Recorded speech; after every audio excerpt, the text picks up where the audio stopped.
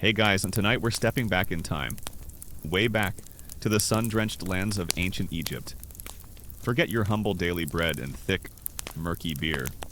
Imagine a world where, for a fleeting moment, the mundane gives way to the magnificent, where scarcity transforms into abundance, and where every dish is a celebration. You're about to discover a culinary landscape that's less about mere sustenance and more about spectacle. A reality so vibrant that you might just forget your modern comforts, though, let's be honest, you probably wouldn't survive the daily grind to get to these feasts. So, before you get comfortable, take a moment to like the video and subscribe, but only if you genuinely enjoy what I do here. Now, dim the lights. Maybe turn on a fan for that soft background hum. And let's ease into tonight's journey together. The natural candy of fruits and honey in ancient Egyptian special occasions, while a stark contrast to their daily fare, was a product of their time and their society. They weren't designed for endless variety by modern standards, but for pleasure, status, and the celebration of life's blessings. And they worked. The elite feasted, they celebrated, and they reinforced their authority, fueled by the bounty of their lands and the sweetness of nature. You are a living testament to that privilege, your body well fed, your spirit confident, shaped by the demands and opportunities of your station. You feel the warm, dry air, scented not with the usual dust and river mud, but with something richer, more intoxicating.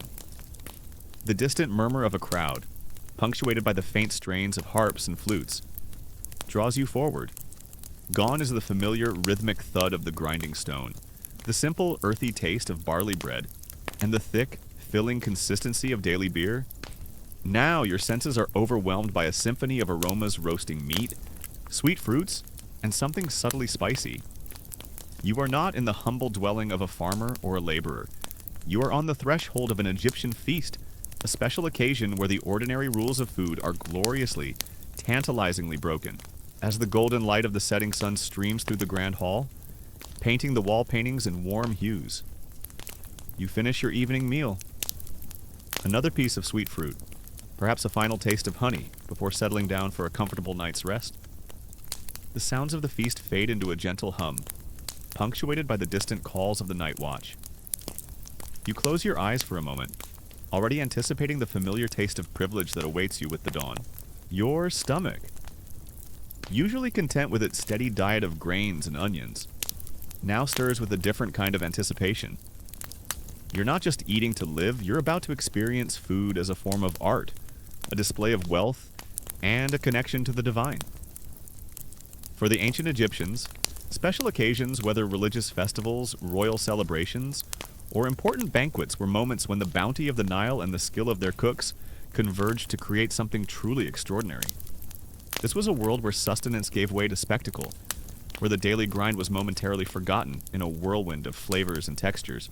You feel the warm, dry air now infused with the complex, intriguing aromas of rare spices and simmering sauces.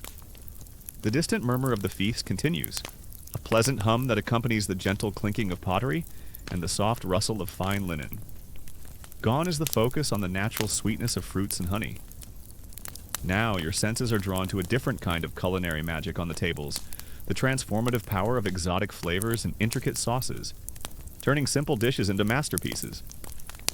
And as the sun, a brilliant disk, continues its slow ascent, casting long shadows across the temple courtyards, your thoughts, inevitably, turn to the subtle yet profound ways that these precious ingredients elevated the ancient Egyptian feast. Imagine stepping into a grand hall, perhaps within a temple complex, a noble's estate, or even the sprawling palace of the pharaoh. The air is alive with chatter and laughter, the flickering light from oil lamps and torches dancing across vibrant wall paintings depicting scenes of harvest, hunting, and feasting.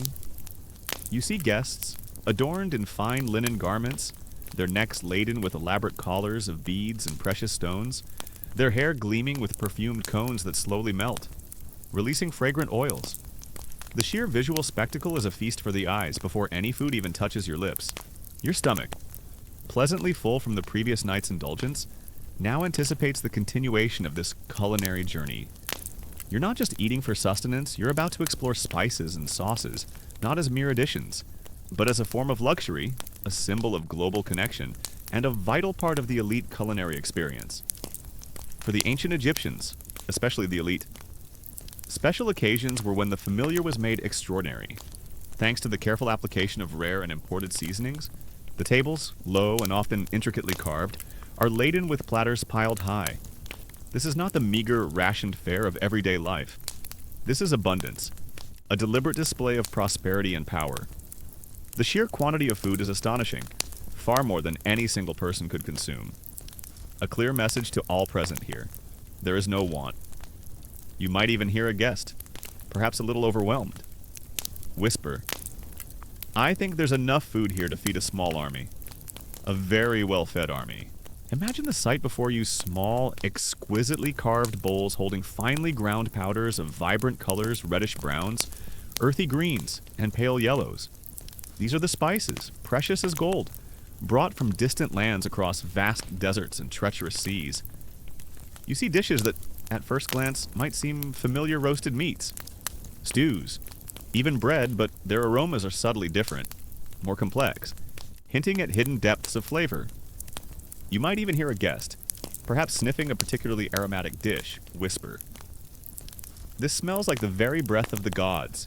The first thing that strikes you is the meat. While the common Egyptian might rarely see more than a piece of dried fish or a small bird, here roasted animals are the stars of the show. Whole oxen, sheep, goats, and various fowl ducks, geese, and pigeons are presented, their skins glistening, their savory aromas filling the air. These animals, often specially fattened for the occasion, are a symbol of wealth and sacrifice, a direct offering from the land and the herds. You can almost taste the rich, succulent flesh before you even reach for a piece. While the common Egyptian diet relied on indigenous herbs like dill, coriander, and cumin, the elite had access to a wider world of flavors. Spices like black pepper, cinnamon, cassia, a close relative of cinnamon, and even frankincense and myrrh, though primarily used for incense and medicine. They could occasionally find their way into very specialized culinary preparations for their aromatic qualities were imported. These were incredibly expensive commodities, often traded through long and perilous routes from distant lands like India, Sri Lanka, and the Arabian Peninsula. Their presence at a feast was a clear indicator of the host's wealth, influence, and access to international trade networks. The preparation of these meats is meticulous. They are roasted over open fires, often basted with fats and seasoned with herbs like coriander, cumin, and dill, which, while common today, were precious and carefully cultivated in ancient Egypt. Imagine the sound of crackling fat, the sizzle as juices drip onto the coals, creating puffs of fragrant smoke. The cooks, often highly skilled professionals, work tirelessly in the background, ensuring a continuous supply of perfectly cooked dishes. The taste of these exotic spices would have been a revelation. Black pepper, with its sharp, pungent bite, would cut through the richness of roasted meats, adding a stimulating warmth. Cinnamon and cassia, with their sweet, woody notes, would enhance both savory and sweet dishes, particularly pastries and spiced wines. Imagine the subtle heat of pepper mingling with the savory juices of a roasted duck, or the comforting sweetness of cinnamon in a honey cake. These were not just flavors, they were experiences, a journey for the palate to faraway lands. Beyond the large roasts, there are smaller, more delicate preparations. Skewered meats, perhaps marinated in honey and spices, are grilled to perfection. Stews, rich and fragrant, simmer in large pottery vessels, filled with tender chunks of meat, lentils, and a variety of vegetables. These stews are a testament to the Egyptian ability to combine simple ingredients into complex, comforting flavors, a far cry from the thin gruels of daily life. The application of these spices was meticulous. They were often ground into fine powders using mortars and pestles, then mixed into pastes or sprinkled directly onto dishes. Cooks would carefully balance the flavors, using just enough to enhance, not overpower, the natural taste of the ingredients. This required a sophisticated understanding of flavor profiles and a delicate touch, transforming simple ingredients into culinary masterpieces. You might taste a piece of roasted lamb, its surface subtly crusted with fragrant herbs and a hint of something warm and exotic, a flavor that lingers long after you've swallowed. The bread, too, undergoes a transformation for special occasions. While the daily bread is coarse and dense, Here you find a bewildering array of refined loaves and sweet pastries. Made from finely sifted wheat flour, these breads are lighter, often leavened with yeast, creating a softer, more palatable texture. Imagine a loaf shaped like an animal, or a delicate braided bread, its surface gleaming with a glaze of honey. These are not just for sustenance, they are works of art, demonstrating the skill of the baker and the availability of precious, refined ingredients. Beyond dry spices, the ancient Egyptians also utilized a variety of sauces and condiments to enhance their special occasion foods. While not as complex as later European sauces, these were often made from fruit purees, honey, vinegar, and various herbs. For example, a sweet and sour sauce might be made from dates or figs, mixed with a touch of vinegar and perhaps some ground spices, served alongside roasted meats to provide a contrasting flavor. Fish sauces, made from fermented fish, would have added a pungent umami depth to dishes, similar to modern Asian fish sauces. Sweet pastries, often made with honey, dates, and nuts, are a particular delight. These are the ancient world's desserts, a rare indulgence that provides a burst of concentrated sweetness. You might see small cakes flavored with carob or spices, or delicate honey cakes, their surfaces adorned with sesame seeds. These are a testament to the Egyptian sweet tooth, a craving that was indulged only on the most special of days. Imagine a rich, savory stew, its flavors deepened by a subtle hint of cumin and coriander, served with a side of tangy fruit puree, or a grilled fish, its delicate flesh enhanced by a drizzle of a pungent, salty fish sauce. These sauces added moisture, complexity, and an extra layer of flavor that elevated the dishes far beyond the daily fare. They were a testament to the Egyptian cook's ability to create nuanced and exciting culinary experiences. Fruits. The natural candy of the ancient world are presented in lavish displays. Dates, figs, grapes, pomegranates, and melons are piled high in the woven baskets, their vibrant colors a stark contrast to the earthy tones of daily fare. These fruits, harvested at their peak ripeness, provide a burst of natural sweetness and essential vitamins. Dates, in particular, are a staple, often dried for year-round consumption, but on special occasions, they are enjoyed fresh, their sticky sweetness a pure delight. You might pop a plump, juicy fig into your mouth, feeling the burst of its sweet pulp, a sensation that is utterly luxurious. The presentation of these spiced and sauced dishes was also an art form. While the spices themselves might be subtle, their effect on the aroma and taste was profound. Dishes would be presented on fine pottery or metal platters, often garnished with fresh herbs or edible flowers, adding a visual appeal that matched the sophisticated flavors. The entire display was designed to impress, to convey a sense of opulence and refined taste. Honey, the primary sweetener in ancient Egypt, is used generously. It glazes roasted meats, sweetens breads and pastries, and is even offered in small bowls for dipping. Beeswax, a byproduct, was also highly valued. The golden, viscous liquid is a symbol of nature's bounty and a testament to the careful cultivation of beehives. These exotic flavors and intricate sauces were not just for consumption. They were integral to the social and ritualistic aspects of the feasts.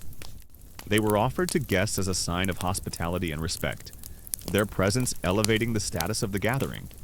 They contributed to the festive atmosphere, adding a layer of sensory delight that made the occasion truly memorable. Their presence at a banquet transformed a simple meal into a grand celebration, connecting the earthly delights with the wider world of trade and luxury. And then there are the beverages. While beer remains a staple, on special occasions, a wider variety of drinks is available. Most notably wine, Egyptian wine, made from grapes grown in the fertile Nile Delta, ranges in quality. But for feasts, the finest vintages are brought forth. This isn't the thick, murky beer of daily life. This is a clearer, more intoxicating drink, often flavored with herbs or resins. You might sip from a delicate pottery cup, feeling the warmth of the wine spread through you. Its complex flavors a delightful change. The logistics of acquiring and utilizing these spices were complex and challenging. They had to be sourced from distant lands, transported across vast distances, and carefully stored to prevent spoilage or theft. This required extensive trade networks, diplomatic relations, and a sophisticated understanding of logistics. The presence of these spices at a feast was not just a culinary choice. It was a testament to the host's economic power and his ability to command resources from across the known world. Other fermented drinks, made from dates or pomegranates, might also be served, offering a wider palette of flavors. These beverages are consumed freely, contributing to the festive atmosphere, a stark contrast to the careful rationing of daily life. You might overhear a guest, perhaps a little tipsy, exclaim, "This wine is so good. I think it could bring a mummy back to life." Imagine the sheer physical exertion required to maintain this lifestyle. While you might not be toiling in the fields, you are attending to social duties, participating in ceremonies, and perhaps engaging in light physical activity. All of this is accompanied by a diet that, while rich in calories and nutrients, also includes these stimulating and often rare flavors. It truly highlights the balance between indulgence and the demands of their social roles. They weren't just living, they were celebrating, fueled by the bounty of their lands and the far-reaching influence of their trade. The use of spices and exotic flavors is another hallmark of special occasion dining. While common Egyptians used local herbs, the elite had access to imported spices from distant lands, brought by traders along ancient routes. Coriander, cumin, dill, fenugreek, and even some early forms of pepper might be used to enhance dishes, transforming simple ingredients into culinary masterpieces. These spices, often ground and mixed into pastes, added depth, warmth, and a touch of the exotic to the feast. A common historical fact about ancient Egypt is their extensive trade networks, which stretched from the Mediterranean to Mesopotamia and down the Nile into Nubia and Punt. These networks brought not only raw materials like timber and precious metals, but also luxury goods, including exotic spices, which were highly prized by the elite. The presence of these spices in their cuisine is direct evidence of their global connections and economic power. You can almost feel the echoes of distant lands in every bite, a testament to the vastness of their world. The presentation of food was also an art form. Dishes were arranged meticulously, sometimes in elaborate pyramids or artistic displays. Servants, often young and elegantly dressed, moved silently through the hall, ensuring that every guest's plate was full and their cup replenished. The entire event was a choreographed performance, designed to impress and delight. Now for a lesser-known detail that might surprise you while spices were imported. The ancient Egyptians also developed sophisticated methods for cultivating and using their own indigenous aromatic plants for culinary purposes, beyond just basic herbs. For example, they used fenugreek seeds, not just for their medicinal properties, but also as a flavoring agent in bread and stews, imparting a slightly bitter, nutty taste. This demonstrates a deep knowledge of their local flora and an ability to extract diverse flavors from their immediate environment. A common historical fact about ancient Egypt is their highly stratified society, with the pharaoh and nobility at the top, followed by priests, scribes, artisans, and finally, the vast majority of peasants and laborers. This social hierarchy was vividly reflected in their diets, with special occasion foods being a clear marker of status and wealth. The more elaborate the feast, the higher the status of the host and his guests. The academic debate still continues among historians regarding the precise influence of foreign culinary traditions on ancient Egyptian special occasion cooking, particularly with the introduction of new spices. While trade brought the ingredients, the extent to which foreign cooking techniques or flavor combinations were adopted is still debated. Some scholars argue that Egyptian cuisine remained largely indigenous, simply incorporating new spices into existing dishes. Others contend that there was a more significant cultural exchange, leading to the development of entirely new culinary practices for the elite. It's a complex puzzle, trying to reconstruct the exact cross-cultural influences on their ancient dietary practices. Now for a lesser-known detail that might surprise you during some grand feasts, particularly those associated with religious festivals. It was not uncommon for guests to wear cones of perfumed fat on their heads. As the evening progressed and the fat slowly melted in the warmth of the hall, it would release its fragrant oils, perfuming the air and adding another sensory layer to the experience. While perhaps a little messy by modern standards, it was a luxurious and distinctive element of ancient Egyptian celebration. You recall a particularly grand banquet celebrating a military victory. The air was electric with excitement, and the aroma of roasted meats, subtly spiced, filled every corner of the hall. You remember seeing a dish of stewed lentils, usually so plain, now transformed by a delicate sprinkle of a reddish-brown powder, its aroma instantly making your mouth water. You remember a moment when a general, his face beaming with pride, took a spoonful of the spiced stew and, with a satisfied nod, murmured, "I think this tastes like victory itself." It was a moment of profound satisfaction, a testament to the power of flavor. The academic debate still continues among historians regarding the precise nutritional impact of these lavish feasts on the ancient Egyptian elite. While they clearly provided an abundance of calories, protein, and some vitamins, some scholars argue that the sheer quantity of rich foods, coupled with less physical labor than the common folk, might have led to issues like obesity, gout, and other diseases of affluence for the time. Others contend that the overall balance of their diet, even with indulgence, was healthier than many later periods, and that their active ceremonial lives provided sufficient exercise. It's a complex puzzle trying to balance the evidence of privilege with the realities of ancient health. The social rituals surrounding these spiced and sauced dishes were subtle but significant. The more rare and expensive the spice, the more prestigious the dish, and the higher the status of the guest to whom it was offered. Cooks would present dishes with pride, sometimes explaining the origin of the spices or the complexity of the sauce. These culinary details were a form of sophisticated communication, conveying messages about the host's discerning taste and his ability to procure the finest ingredients. You learn to appreciate these subtle cues, the unspoken language of status conveyed through taste. You recall a particularly memorable feast hosted by a high priest. The hall was filled with music, laughter, and the intoxicating aroma of roasted goose and spiced wine. You remember a moment when a musician, perhaps a little too enthusiastic, dropped his lyre, causing a comical clang that made everyone chuckle. The high priest, usually so solemn, merely smiled, a testament to the joyous atmosphere. You then, with a satisfied sigh, might have murmured, "I think this feast is so good it could make even Osiris smile."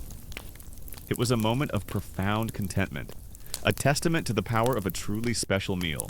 The tools for preparing these flavors were simple, yet effective: mortars and pestles for grinding, small sieves for sifting, and various pottery vessels for mixing and simmering sauces. The process was labor-intensive, requiring patience and a skilled hand. But the results were a testament to human ingenuity and dedication. Every step, from grinding the spice to simmering the sauce, was a precise art, passed down through generations of cooks. The social rituals surrounding these feasts were elaborate and precise. Guests would be seated according to their rank, with the most important individuals closest to the host. Conversation would flow freely, often accompanied by music, dancing, and performances by acrobats or storytellers. These meals were not just about eating, they were social events, opportunities for networking, displays of power, and moments of communal bonding among the elite. You learn the unspoken rules of the table, the subtle gestures, the proper etiquette, all designed to reinforce the social order. Imagine the sheer psychological impact of consuming such exotic, stimulating flavors, knowing that the vast majority of the population subsisted on coarse grains and bland fare.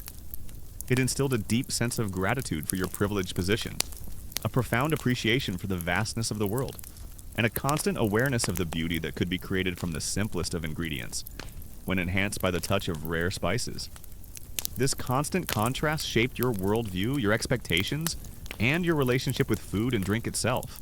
The tools for eating were simple yet elegant: fine pottery bowls, delicate cups, and perhaps small, sharp knives for cutting meat. Forks were unheard of, so you ate with your hands, scooping up sauces with pieces of bread, a direct tactile experience that connected you intimately with your food. Servants would provide water for washing hands between courses, ensuring cleanliness amidst the indulgence. Sometimes you'd hear stories from traveling merchants or returning expeditions, tales of truly exotic culinary practices from distant lands. Perhaps elaborate spice blends from India or unique fermentation techniques from Mesopotamia. These were whispered legends, culinary myths that offered a brief escape from the present reality. You'd listen intently, imagining the flavors, the textures, the sheer novelty of something different. It was a small comfort, a fleeting moment of culinary fantasy. Imagine the sheer psychological impact of living a life where such abundance was occasionally possible. a stark contrast to the daily grind. It instilled a deep sense of gratitude for these moments, a profound understanding of your privileged position, and a constant awareness of the vast divide between your life and that of the common laborer. This constant awareness of social hierarchy permeated every aspect of your daily life and your relationship with food. The exotic flavors and intricate sauces of ancient Egyptian special occasions, while a stark contrast to their daily fare, were a product of their time and their society. They weren't designed for endless variety by modern standards, but for pleasure, status, and the celebration of life's blessings. And they worked. The elite feasted, they celebrated, and they reinforced their authority, fueled by the bounty of their lands and the far-reaching influence of their trade. You are a living testament to that privilege. Your body well-fed, your spirit confident, shaped by the demands and opportunities of your station. Sometimes, you'd hear stories from traveling merchants or returning expeditions, tales of truly exotic foods from distant lands, spices beyond imagination, fruits never seen in Egypt, or dishes prepared with a sophistication that defied understanding. These were whispered legends, culinary myths that offered a brief escape from the present reality. You'd listen intently, imagining the flavors, the textures, the sheer novelty of something different. It was a small comfort, a fleeting moment of culinary fantasy, as the golden light of the setting sun streams through the grand hall, painting the wall paintings in warm hues. You finish your evening meal, another piece of spiced meat, perhaps a final taste of a rich sauce before settling down for a comfortable night's rest. The sounds of the feast fade into a gentle hum, punctuated by the distant calls of the night watch. You close your eyes for a moment, already anticipating the familiar taste of privilege that awaits you with the dawn. The special occasion diet of ancient Egyptians, while a stark contrast to their daily fare, was a product of its time and its society. It wasn't designed for endless variety by modern standards, but for power, status, and the celebration of life's blessings. And it worked. The elite feasted, they celebrated, and they reinforced their authority, fueled by the bounty of their lands and the labor of their people. You are a living testament to that privilege. Your body well-fed, your spirit confident, shaped by the demands and opportunities of your station. You feel the cool, polished stone beneath your sandals, a stark contrast to the dusty paths of daily life. The air, still rich with the lingering aromas of exotic spices and simmering sauces, now carries the fresh scent of blooming lotuses and the damp earth of meticulously tended gardens. Gone is the sole focus on the food itself. Now your senses are immersed in the very spaces where these culinary wonders unfolded. You are in ancient Egypt, and on special occasions. The setting for a feast was as grand and meticulously crafted as the dishes themselves. And as the sun, a brilliant disk, continues its slow ascent, casting long shadows across ornate columns and serene water features, your thoughts, inevitably, turn to the magnificent backdrops of these celebrations. As the golden light of the setting sun streams through the grand hall, painting the wall paintings in warm hues, you finish your evening meal, another piece of roasted meat, perhaps a final sip of fine wine before settling down for a comfortable night's rest. The sounds of the feast fade into a gentle hum, punctuated by the distant calls of the night watch. You close your eyes for a moment, already anticipating the familiar taste of privilege that awaits you with the dawn. Your stomach, pleasantly full from the previous night's indulgence, now anticipates the continuation of this sensory journey. You're not just eating, you're about to experience dining as a theatrical event, a carefully orchestrated display of power, beauty, and connection to the divine. For the ancient Egyptians, especially the elite, special occasions were not merely about the food on the plate, but about the entire immersive experience, the architecture, the gardens, the music, and the atmosphere, all designed to elevate the moment into something truly unforgettable. You feel the warm, dry air, still heavy with the lingering scent of roasted meats and sweet wine from last night's celebration. The distant murmur of the crowd has faded, replaced by the soft rustle of palm fronds in the gentle morning breeze. Gone is the initial awe of stepping into a grand feast. Now your senses are more finely attuned to the specific delights that graced the tables, particularly the sheer abundance and variety of meat. You are in ancient Egypt, and on special occasions, the animal kingdom truly came to the table. And as the sun, a brilliant disk, begins its slow ascent, casting long shadows across the temple courtyards. Your thoughts, inevitably, turn to the savory centerpiece of these grand gatherings. Imagine stepping into a vast columned hall within a pharaoh's palace or a high-ranking noble's estate. The sheer scale is breathtaking.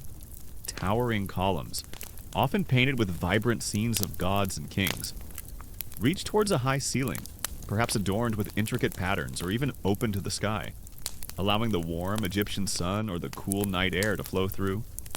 The floors are polished, reflecting the flickering light of oil lamps and torches, creating a mesmerizing dance of light and shadow.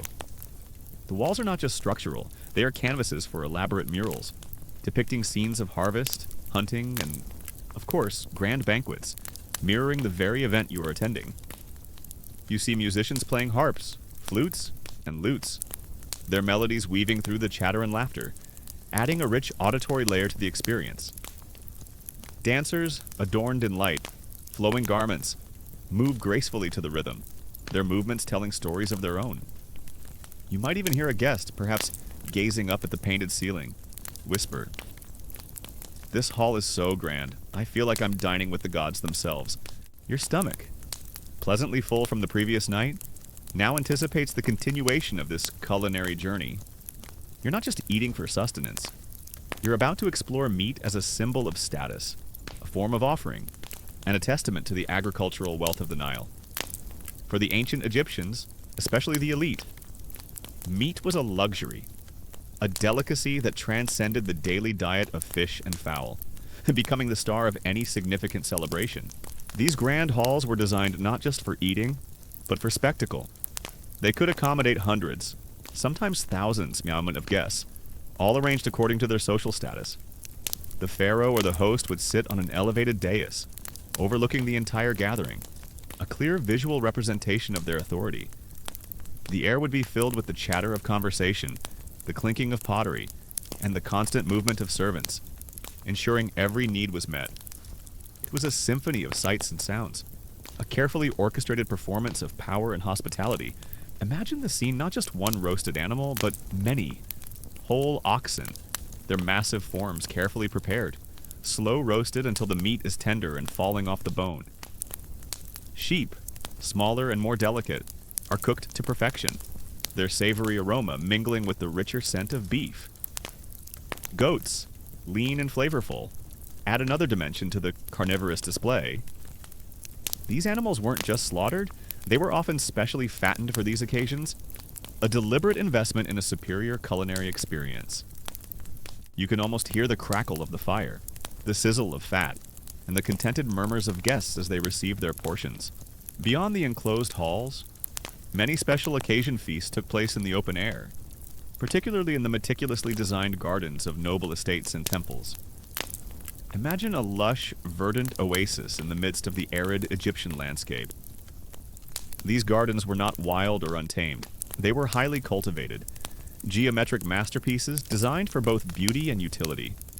You walk along shaded pathways lined with fragrant sycamore and acacia trees, their leaves rustling gently in the breeze. Palm trees laden with dates provide welcome shade and a source of natural sweetness. The sheer scale of meat consumption at these feasts was astonishing. It wasn't uncommon for dozens or even hundreds of animals to be prepared for a single grand banquet, particularly those hosted by the pharaoh or a high-ranking noble. This wasn't merely about feeding people, it was a deliberate, ostentatious display of wealth and power.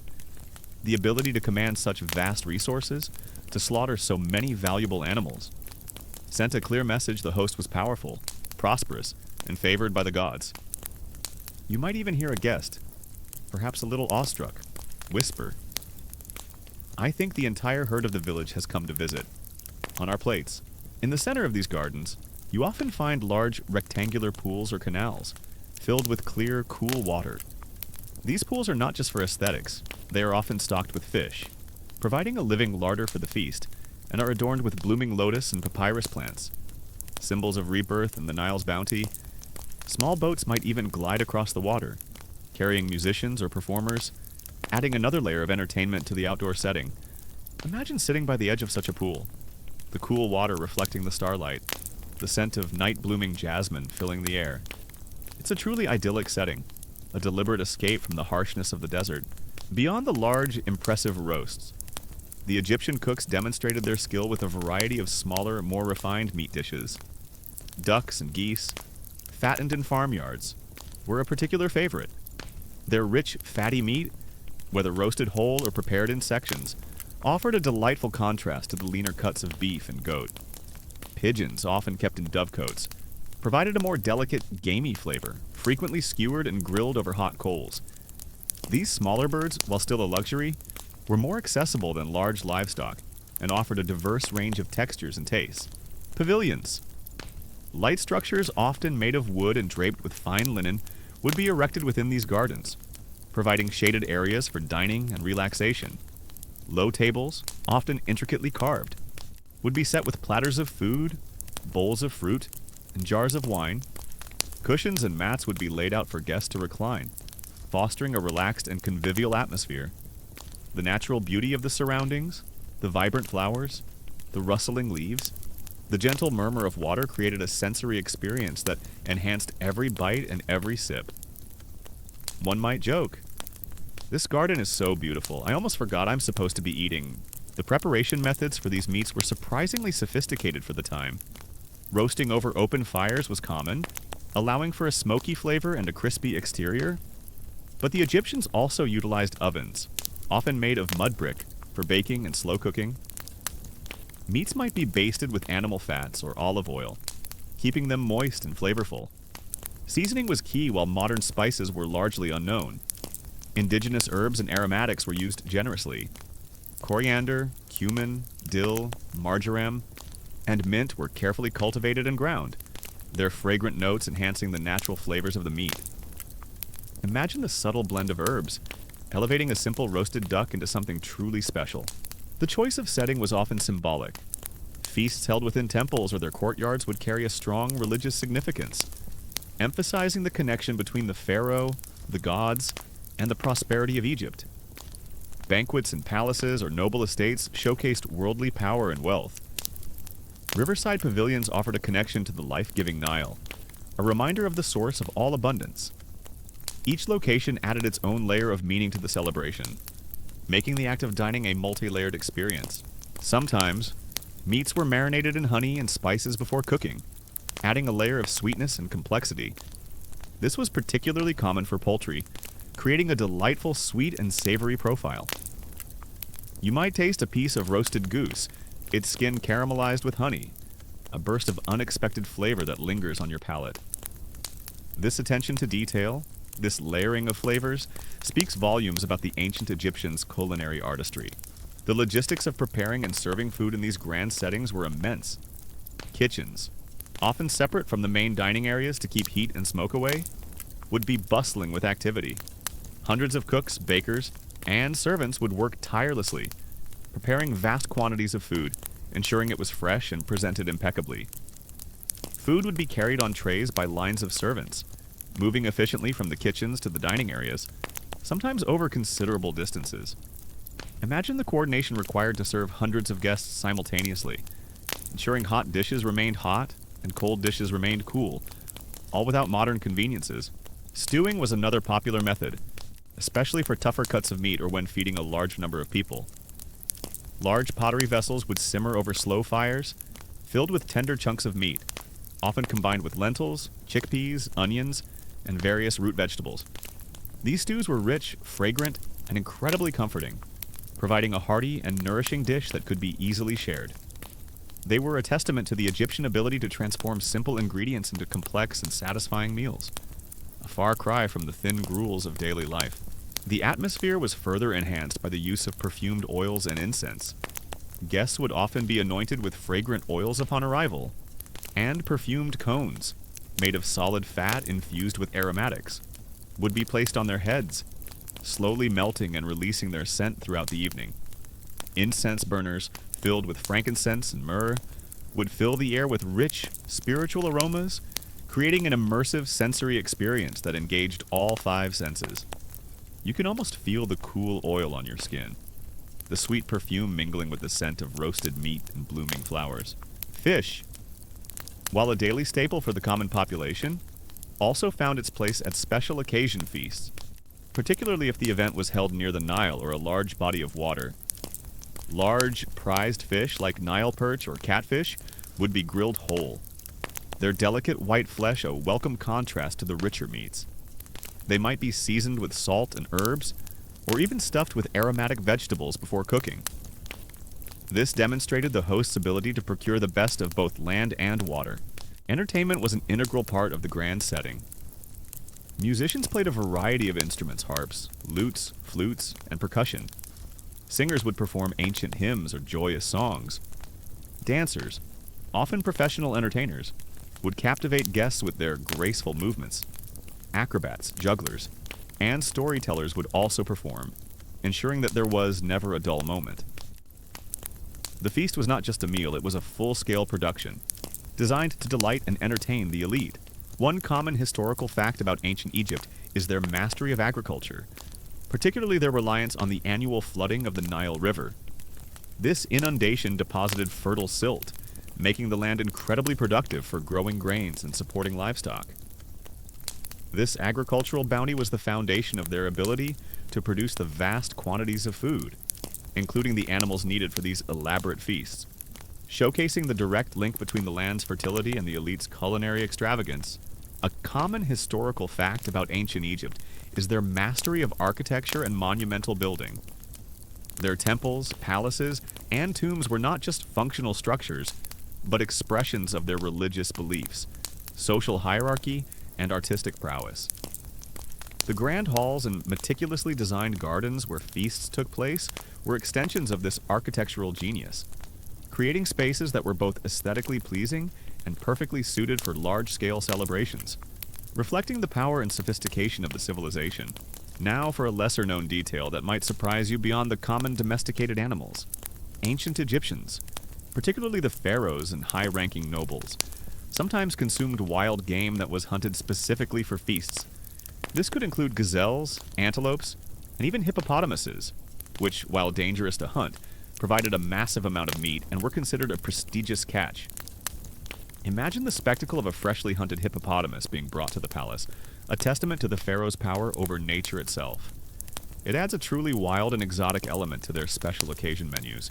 Now for a lesser-known detail that might surprise you, some ancient Egyptian banquet halls and garden pavilions were designed with clever ventilation systems, utilizing prevailing winds and strategic openings to create natural airflow. This was crucial in the hot Egyptian climate, helping to keep guests comfortable amidst the warmth of the crowds and the cooking. While not air conditioning as we know it, these passive cooling techniques demonstrate a sophisticated understanding of environmental design, making the grand settings not just beautiful but also surprisingly comfortable.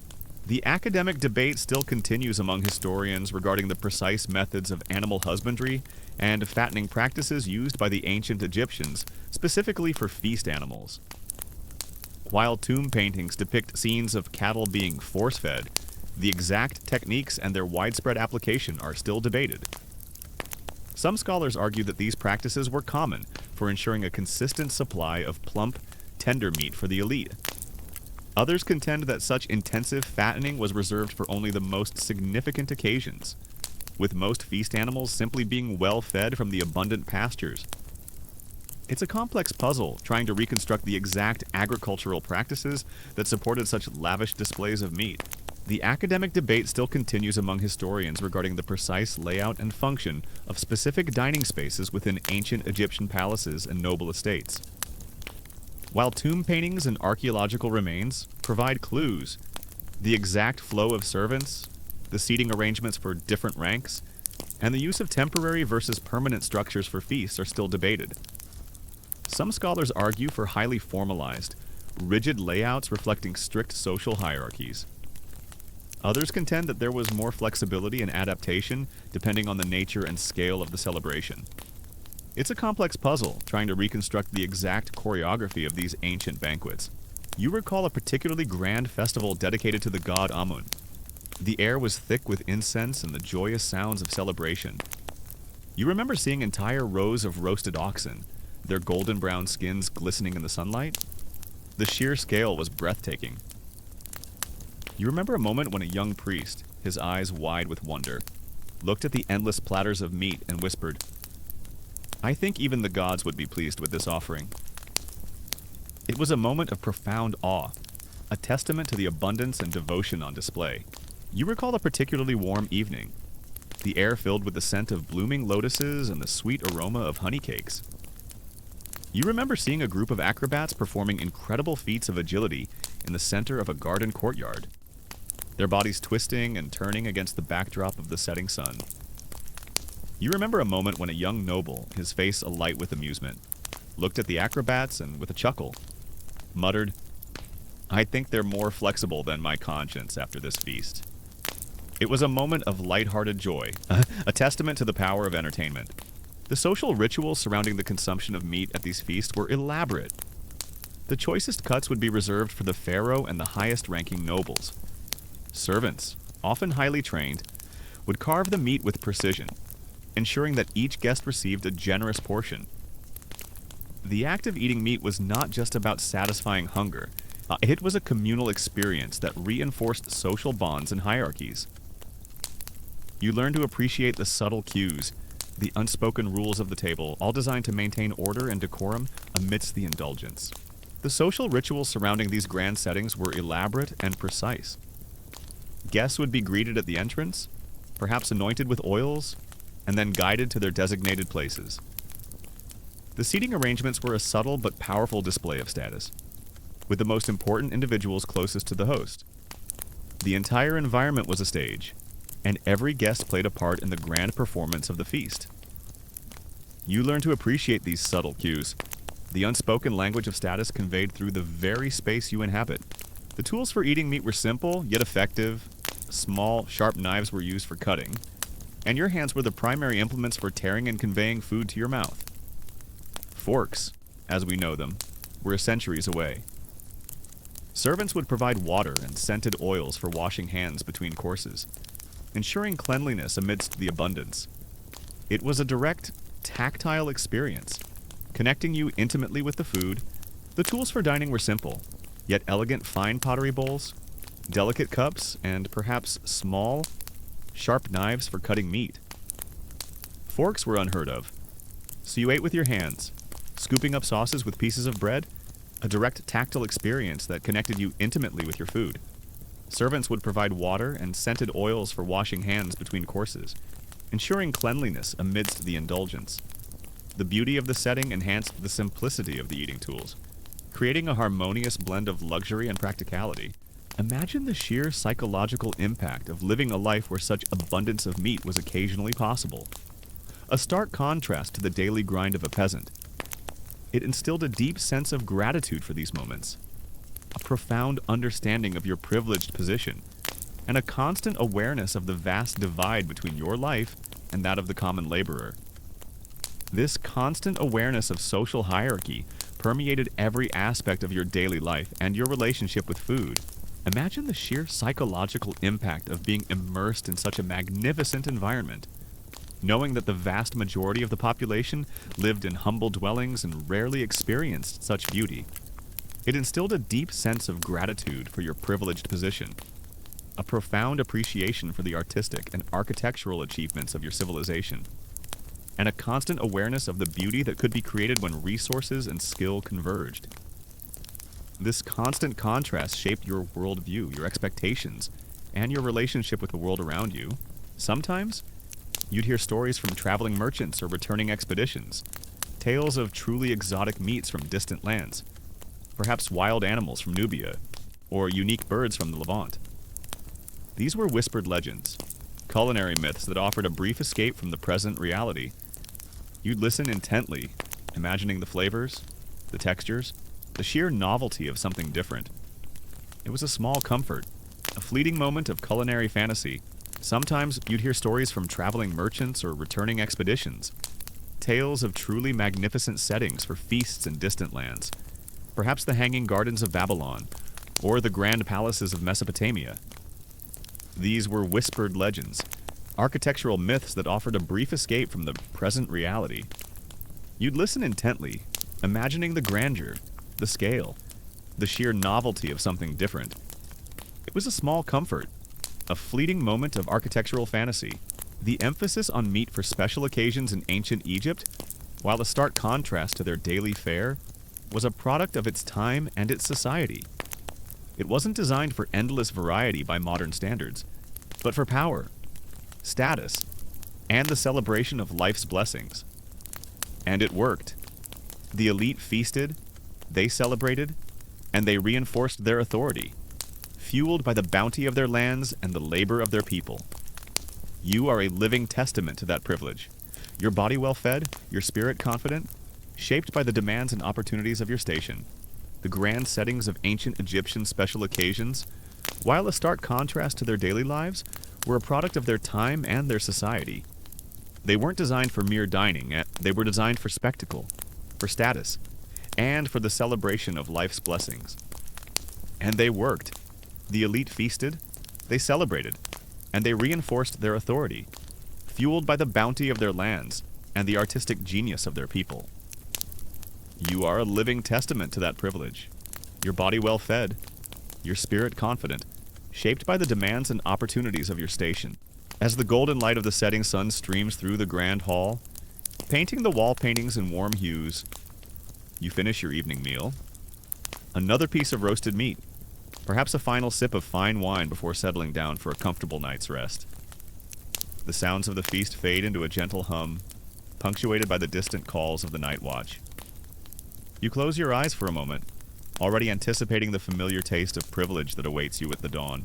As the golden light of the setting sun streams through the grand hall, painting the wall paintings in warm hues, you finish your evening meal. Another piece of spiced meat, perhaps a final sip of fine wine. As the sounds of the feast fade into a gentle hum, punctuated by the distant calls of the night watch, you close your eyes for a moment, already anticipating the familiar taste of privilege that awaits you at the dawn. You feel the warm, sweet scent of baking bread wafting through the air, a delicate aroma that is utterly unlike the earthy, coarse smell of daily barley loaves. The distant murmur of the feast continues, a pleasant hum that accompanies the gentle clinking of pottery. Gone is the focus on the grand display of roasted meats. Now, your senses are drawn to a different kind of artistry on the tables, the intricate pastries and refined breads, a testament to the skill of ancient Egyptian bakers and the precious ingredients they transformed. And as the sun, a brilliant disk, continues its slow ascent, casting long shadows across the temple courtyards, your thoughts, inevitably, turn to the sweet and savory delights of the baker's craft. You feel the solemn hush that descends upon the grand hall, a quiet reverence that replaces the earlier joyous chatter. The air, still rich with the lingering aromas of exotic spices and roasted meats, now carries the distinct, earthy scent of incense and the subtle, profound fragrance of sacred oils. Gone is the focus on the architectural grandeur and the sheer sensory delight of the feast. Now, your senses are drawn to a different, deeper dimension of food, its sacred role in ritual and offerings, a profound connection between the earthly banquet and the divine realm. You are in ancient Egypt, and on special occasions, food was not merely consumed, it was a bridge to the gods, a vital component of their intricate religious life. And as the sun, a brilliant disk, continues its slow ascent, casting long shadows across the temple courtyards, your thoughts, inevitably, turn to the spiritual significance that permeates every morsel. Your stomach, pleasantly full from the previous night's indulgence, now anticipates the continuation of this culinary journey. You're not just eating for sustenance, you're about to explore bread, not as a mere staple, but as a form of luxury, a symbol of refinement, and a canvas for culinary creativity. For the ancient Egyptians, especially the elite, special occasions were when the humble grain was elevated to an art form, showcasing sophistication and the availability of rare resources. Your stomach, pleasantly full from the previous night's indulgence, now anticipates the continuation of this spiritual journey. You're not just eating, you're about to witness food as an offering, a symbol of devotion, and a conduit for divine favor. For the ancient Egyptians, every aspect of life was intertwined with their gods, and food, the very essence of sustenance, held a particularly powerful place in their religious practices. Special occasions, whether grand festivals, temple dedications, or funerary rites, were moments when food transcended its physical form to become a sacred gift. Imagine the sight before you, not just flat, dense loaves, but an astonishing array of shapes, textures, and colors. You see delicate, braided breads, their surfaces gleaming with a golden brown crust. There are small, round rolls, perfectly puffed and inviting. Some loaves are shaped like animals, perhaps a gazelle or a bird, a playful and artistic touch that speaks volumes about the baker's skill. These are not just for eating, they are visual delights, small sculptures crafted from dough. You might even hear a guest, perhaps admiring a particularly elaborate loaf, whisper, "I almost feel guilty eating something so beautiful." Imagine the scene unfolding before you, not at the feasting table, but perhaps within the hallowed confines of a temple or at a funerary ceremony. Priests, robed in pristine white linen, move with deliberate ritualistic steps. Their voices, deep and resonant, chant ancient hymns, their words echoing through the stone chambers. Before them, on altars or offering tables, are meticulously arranged platters of food. These are not for human consumption in the immediate sense. They are for the gods, for the spirits of the deceased, for the very essence of the divine. You might even hear a priest, his voice filled with reverence, intone, "May this offering nourish the Ka and bring pleasure to the Ba in the eternal fields of Aru." The key difference in these special occasion breads lies in the flour. While the common Egyptian consumed bread made from coarsely ground barley or emmer wheat, which often contained grit from the grinding stones, the elite enjoyed bread made from finely sifted wheat flour. This laborious process of sifting removed the bran and germ, resulting in a whiter, lighter, and more palatable flour. Imagine the effort involved in this. It wasn't just about grinding, but about purifying, elevating the humble grain to something more refined. The types of food offered were often a reflection of the finest available, mirroring the lavishness of human feasts, but imbued with sacred meaning. You see pyramids of bread, often specially baked in symbolic shapes or with particular markings, representing the bounty of the land. There are bowls of fresh fruits, dates, figs, grapes, their natural sweetness, a pure gift from nature. Small roasted birds, perhaps pigeons or quail, are carefully placed, their cooked flesh a precious sacrifice. Jars of wine and beer, their contents representing the life-giving Nile, stand ready for libations. Even honey, that golden nectar, is offered in small, exquisite bowls, its purity and sweetness deemed worthy of the divine. These refined flours were then often leavened with yeast, a natural byproduct of beer brewing or wild yeast captured from the air. This allowed the dough to rise, creating a softer, airier texture that was a stark contrast to the dense, unleavened flatbreads of daily life. The result was a bread that was not only easier to chew, but also more enjoyable to consume, a true luxury for the palate. You might tear off a piece of a soft, fluffy roll, feeling its delicate crumb and savoring its subtle sweetness. The act of offering food was a reciprocal relationship. The Egyptians believed that by providing sustenance to the gods, they ensured the gods' continued benevolence, which in turn guaranteed the prosperity of Egypt, the annual flooding of the Nile, bountiful harvests, and the stability of the kingdom. For the deceased, food offerings were crucial for their journey into the afterlife, providing nourishment for their spiritual bodies, the Ka and Be in the eternal fields of Aru. Imagine the weight of this belief, the profound conviction that your earthly actions, including the food you prepared, directly impacted the cosmic order. Beyond the basic refined loaves, the ancient Egyptians were masters of sweet pastries. Honey, the primary sweetener, was used generously. Small cakes, often made with finely ground wheat flour, would be flavored with a variety of ingredients. Dates, figs, and raisins, either chopped or pureed, were frequently incorporated, adding natural sweetness and a chewy texture. Nuts, such as almonds or pistachios, though less common and often imported, might also be added, providing a delightful crunch and richness. The preparation of these sacred foods was often carried out by specialized temple cooks or by members of the deceased's family. Following strict ritual guidelines, ingredients had to be pure, untouched, and often from the finest harvests.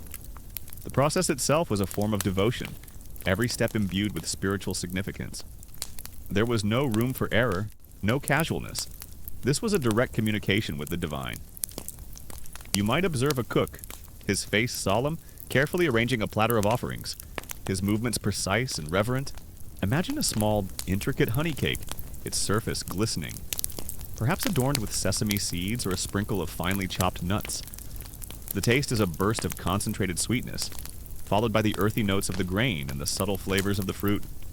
These pastries were the ancient world's equivalent of modern desserts, a rare indulgence that provided pure pleasure. You might pick up a small, delicate pastry, its sweetness a delightful counterpoint to the savory meats.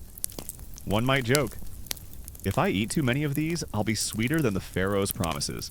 Libations, the pouring of liquids as an offering, were a common practice.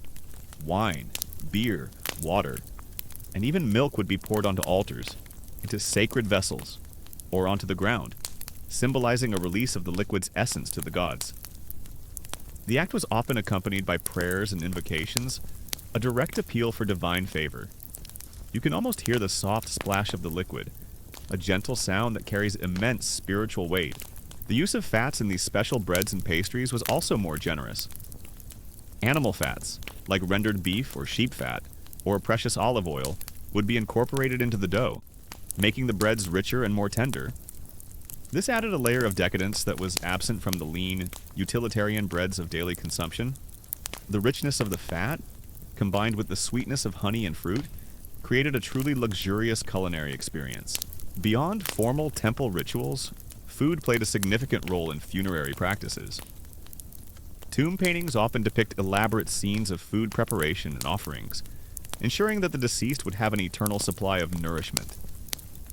Actual food items, or models of them, were placed in tombs, alongside other grave goods, reflecting the belief that the dead would continue to enjoy earthly pleasures in the afterlife. Imagine a small basket of dried dates, a miniature loaf of bread, or a tiny clay jar of beer, placed carefully in a tomb, a final, loving provision for the journey. The baking process itself was often carried out in specialized ovens, often made of mud brick, which could maintain a more consistent temperature than open fires.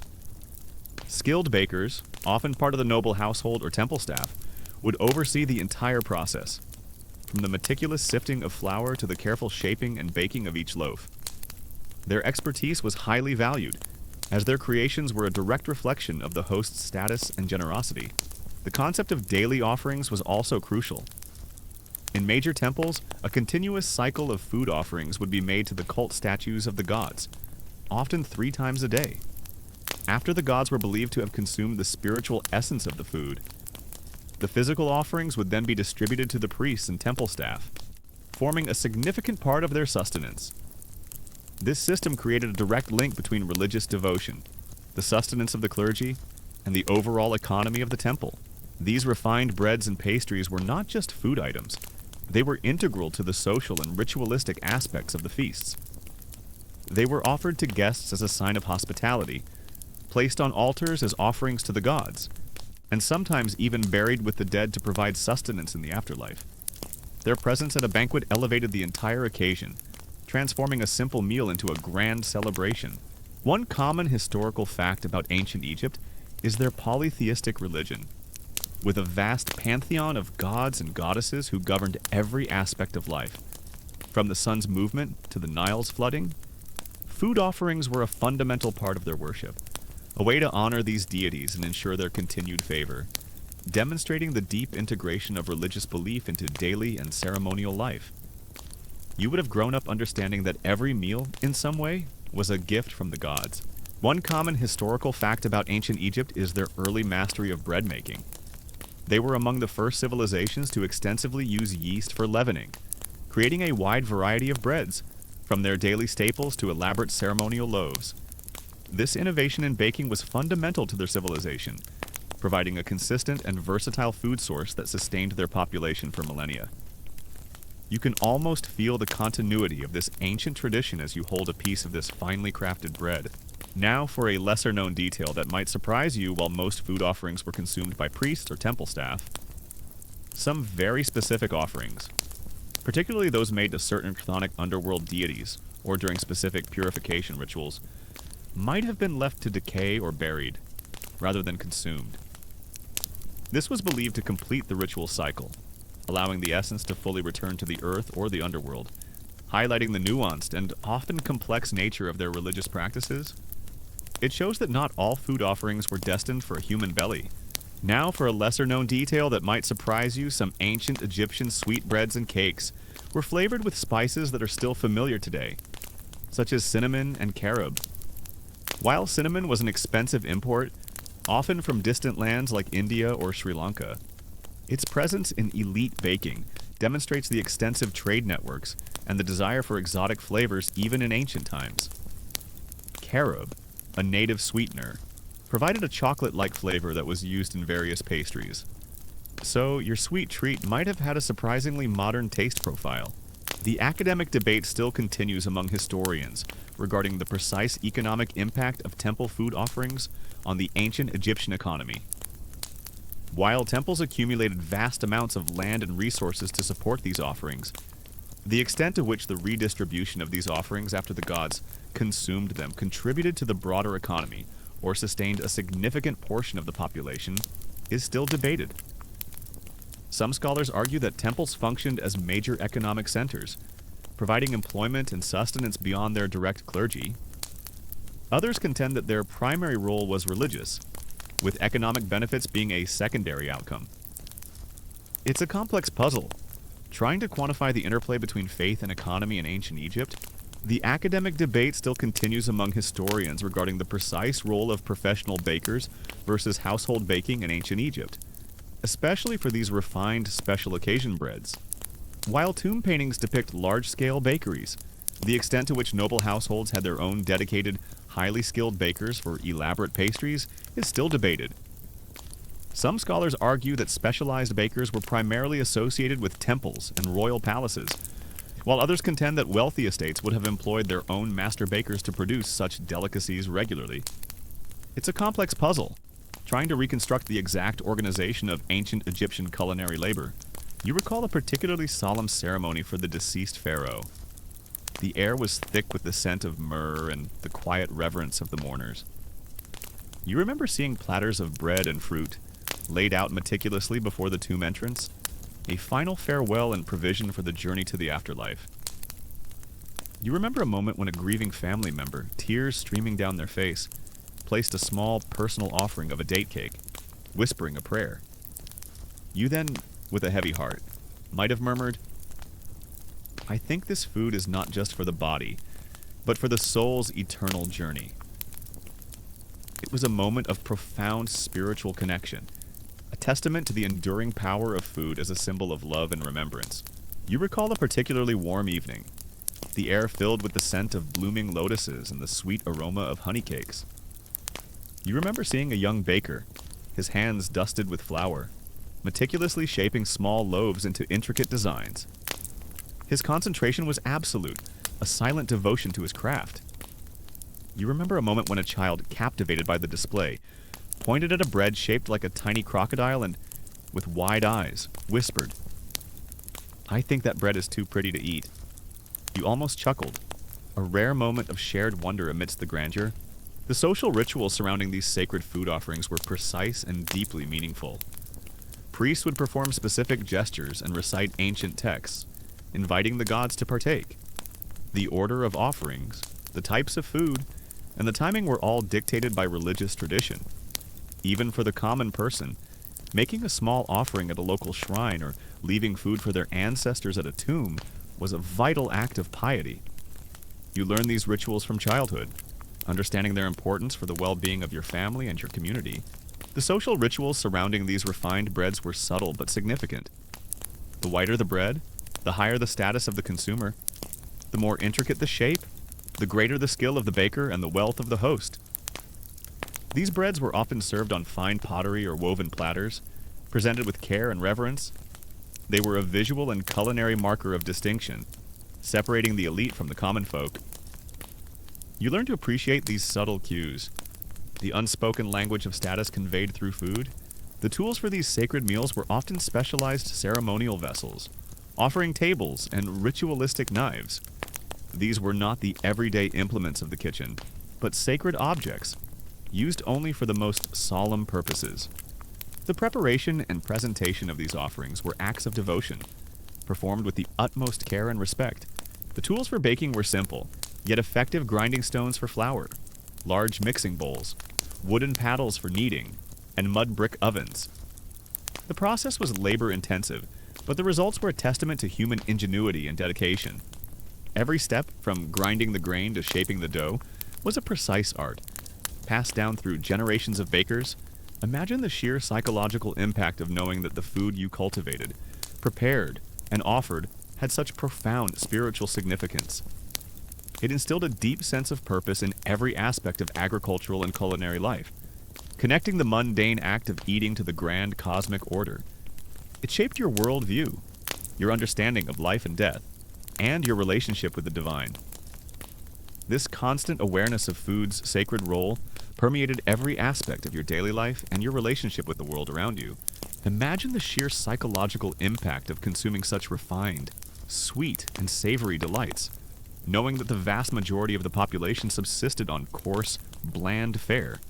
It instilled a deep sense of gratitude for your privileged position, a profound appreciation for the skill of the bakers, and a constant awareness of the beauty that could be created from the simplest of ingredients.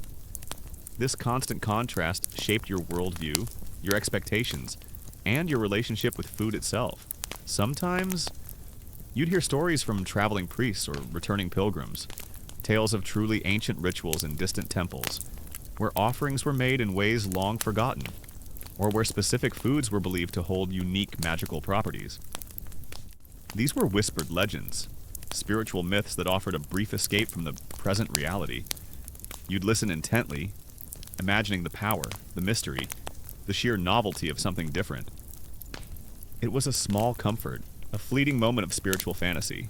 Sometimes you'd hear stories from traveling merchants or returning expeditions, tales of truly exotic sweets from distant lands, perhaps sugary confections from Mesopotamia, or unique pastries from the Aegean.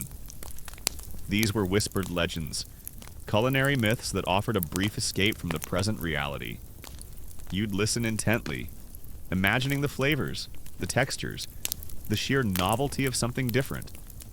It was a small comfort, a fleeting moment of culinary fantasy.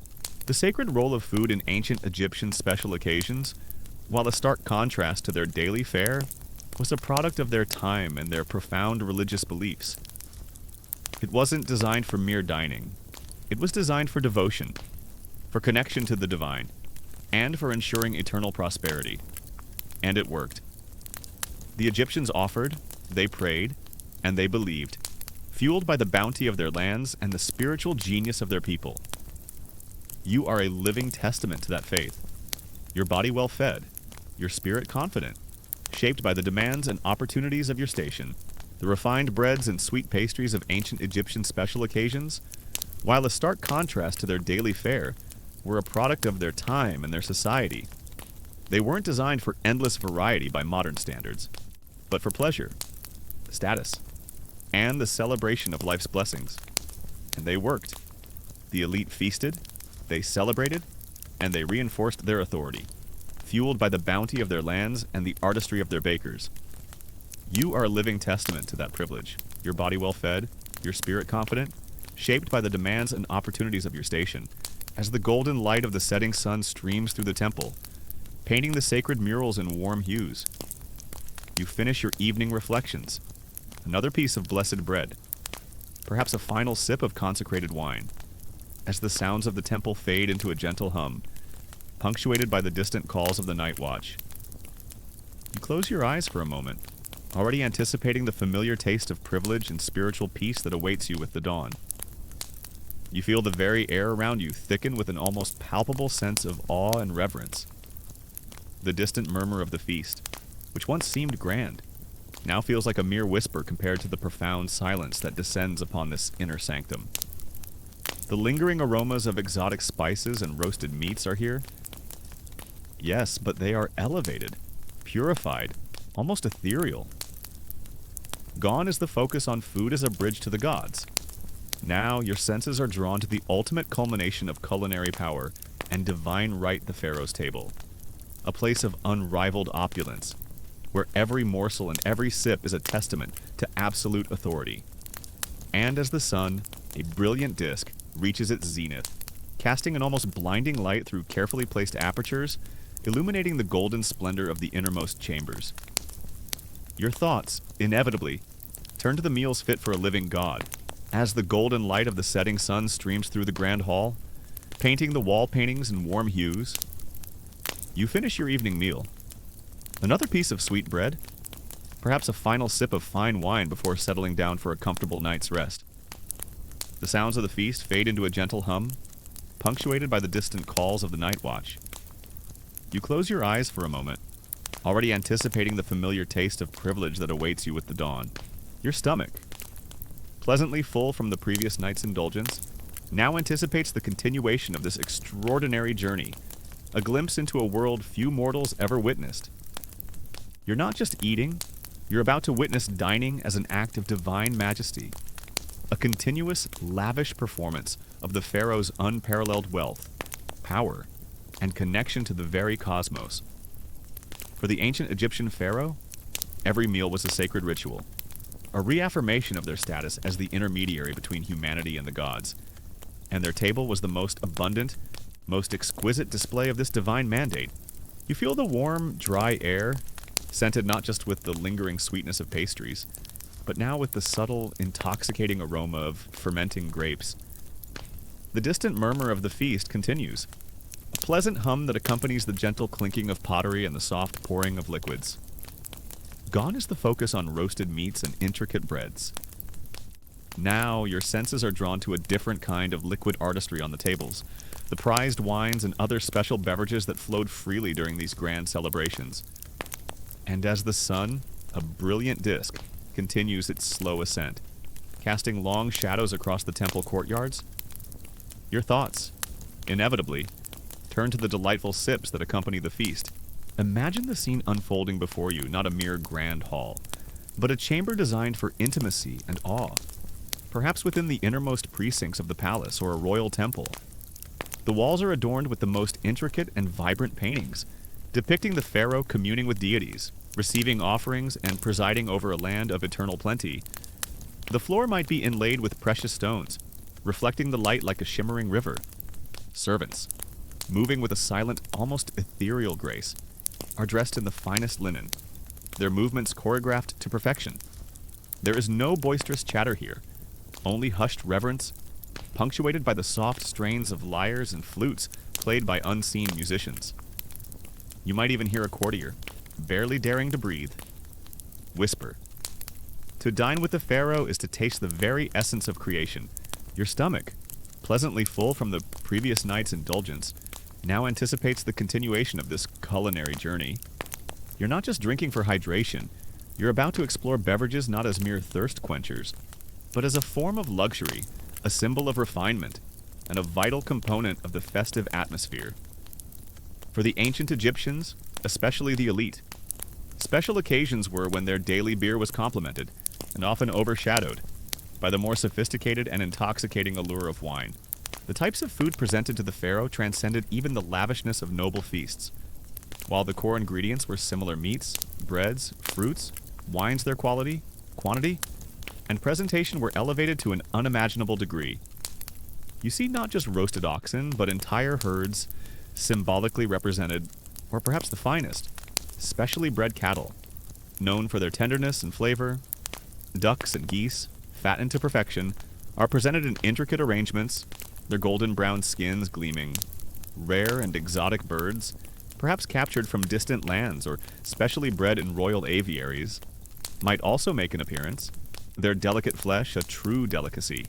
Imagine the sight before you: tall, elegant pottery jars, often beautifully decorated, from which servants carefully pour liquid into delicate cups. The color of the wine ranges from a pale yellow-green to a deep, rich red, reflecting the different grape varietals and fermentation processes. This isn't the thick, murky, nutrient-rich beer of daily life.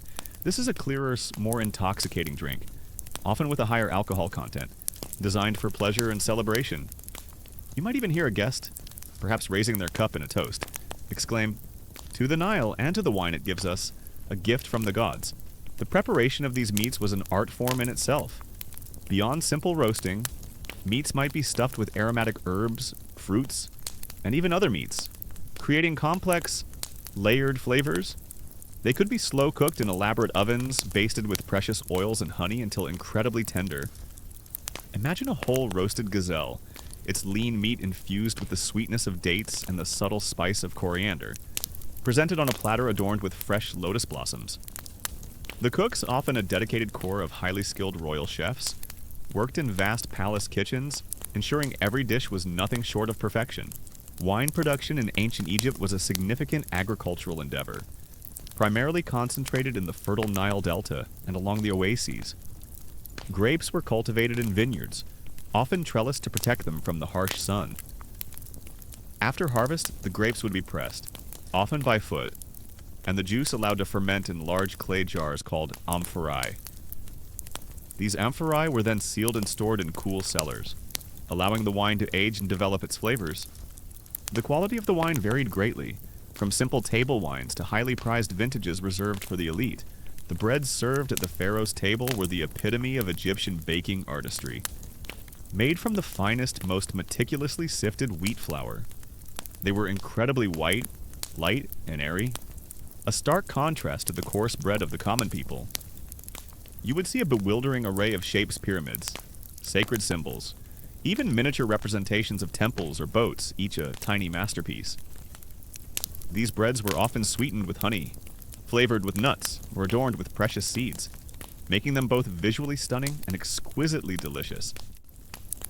You might break off a piece of a delicate, honey-glazed roll, its softness melting on your tongue, a testament to the baker's divine skill. The taste of Egyptian wine would have been different from modern wines. While some might have been dry, many were likely sweeter, due to the high sugar content of the grapes and the lack of precise fermentation control. They might also have had earthy or resinous notes, depending on the type of clay used for the amphorae and any resins added for preservation or flavor. Imagine sipping a cool, light, sweet red wine, feeling its warmth spread through you.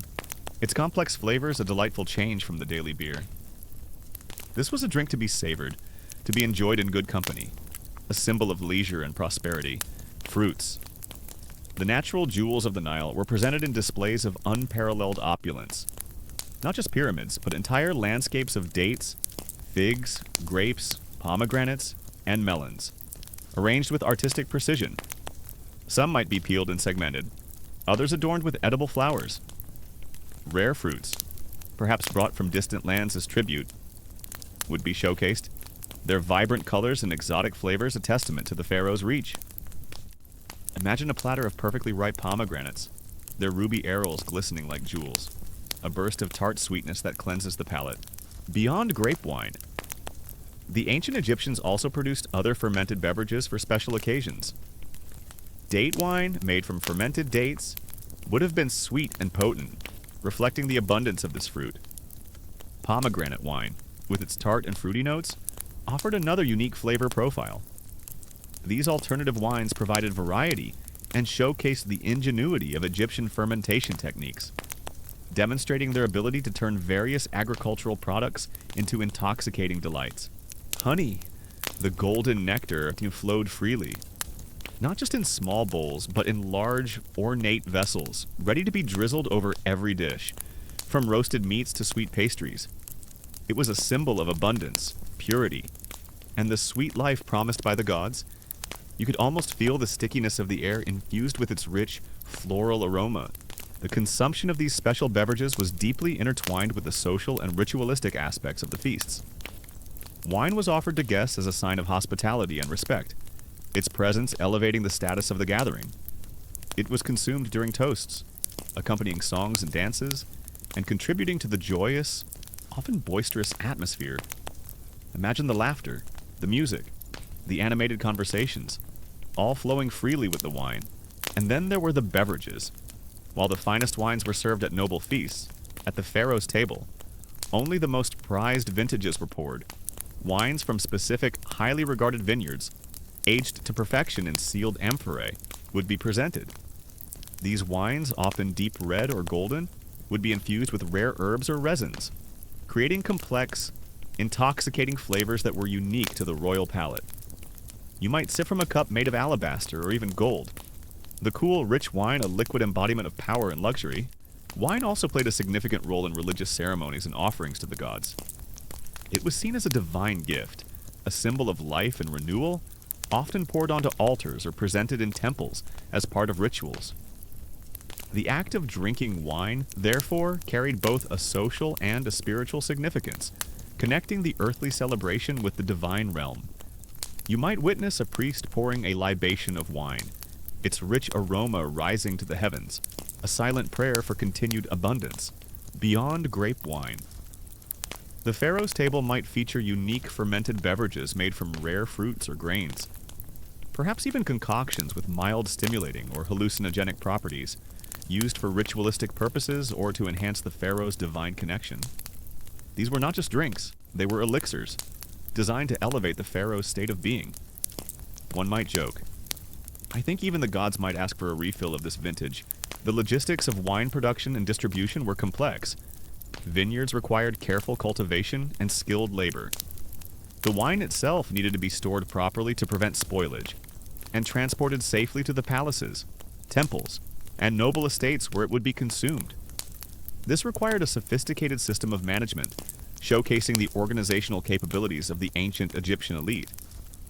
The presence of wine at a feast was not just a culinary choice. It was a testament to the host's control over valuable resources and his ability to command the labor required for its production. The use of exotic spices and rare condiments reached its zenith at the pharaoh's table. Spices like true cinnamon, saffron, and perhaps even early forms of cloves, imported at immense cost from the farthest reaches of the known world, would be used with a delicate hand, transforming familiar dishes into sublime culinary experiences. Sauces made from complex reductions of fruits, wines, and rare fats would accompany every course, each designed to complement and enhance the flavors of the main ingredients. Imagine a rich, savory sauce, subtly infused with saffron, served alongside a tender piece of roasted beef. A flavor combination that speaks of untold wealth and discerning taste. Imagine the sheer physical exertion required to maintain this lifestyle. While you might not be toiling in the fields, you are attending to social duties, participating in ceremonies, and perhaps engaging in light physical activity. All of this is accompanied by a diet that, while rich in calories and nutrients, also includes these intoxicating beverages. It truly highlights the balance between indulgence and the demands of their social roles. They weren't just living, they were celebrating, fueled by the bounty of their lands and the skill of their vintners. The presentation of every dish was a meticulous art form. Food was arranged in elaborate pyramids, intricate mosaics, or symbolic tableaux. Servants, moving with silent precision, would present each course with a flourish, ensuring that the visual spectacle matched the culinary delight. The entire dining experience was a choreographed performance, designed to reinforce the pharaoh's divine status and his absolute command over the bounty of Egypt and beyond.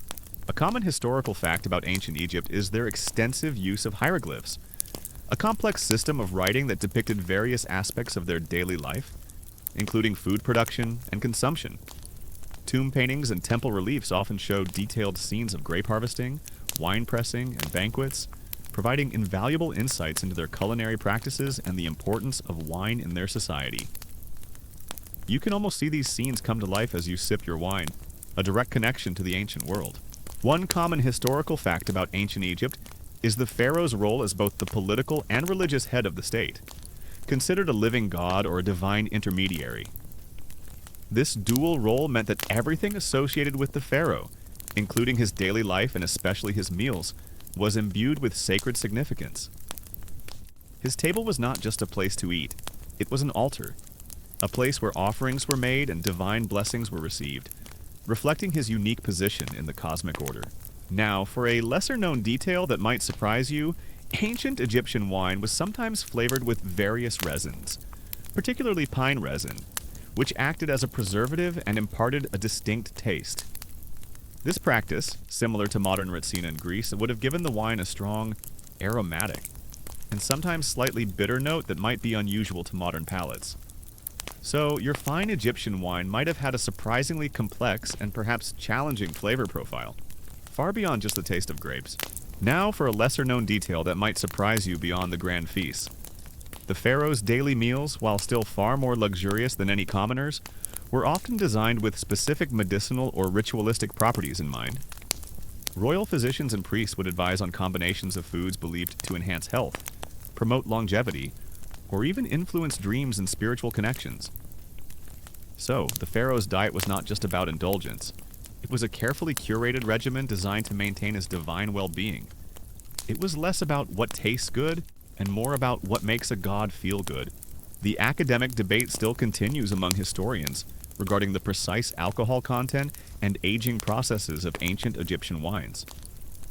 While tomb inscriptions mention different vintages and qualities, the exact methods used to control fermentation and the typical duration of aging are still debated. Some scholars argue that most wines were consumed relatively young and had a lower alcohol content due to less precise brewing methods.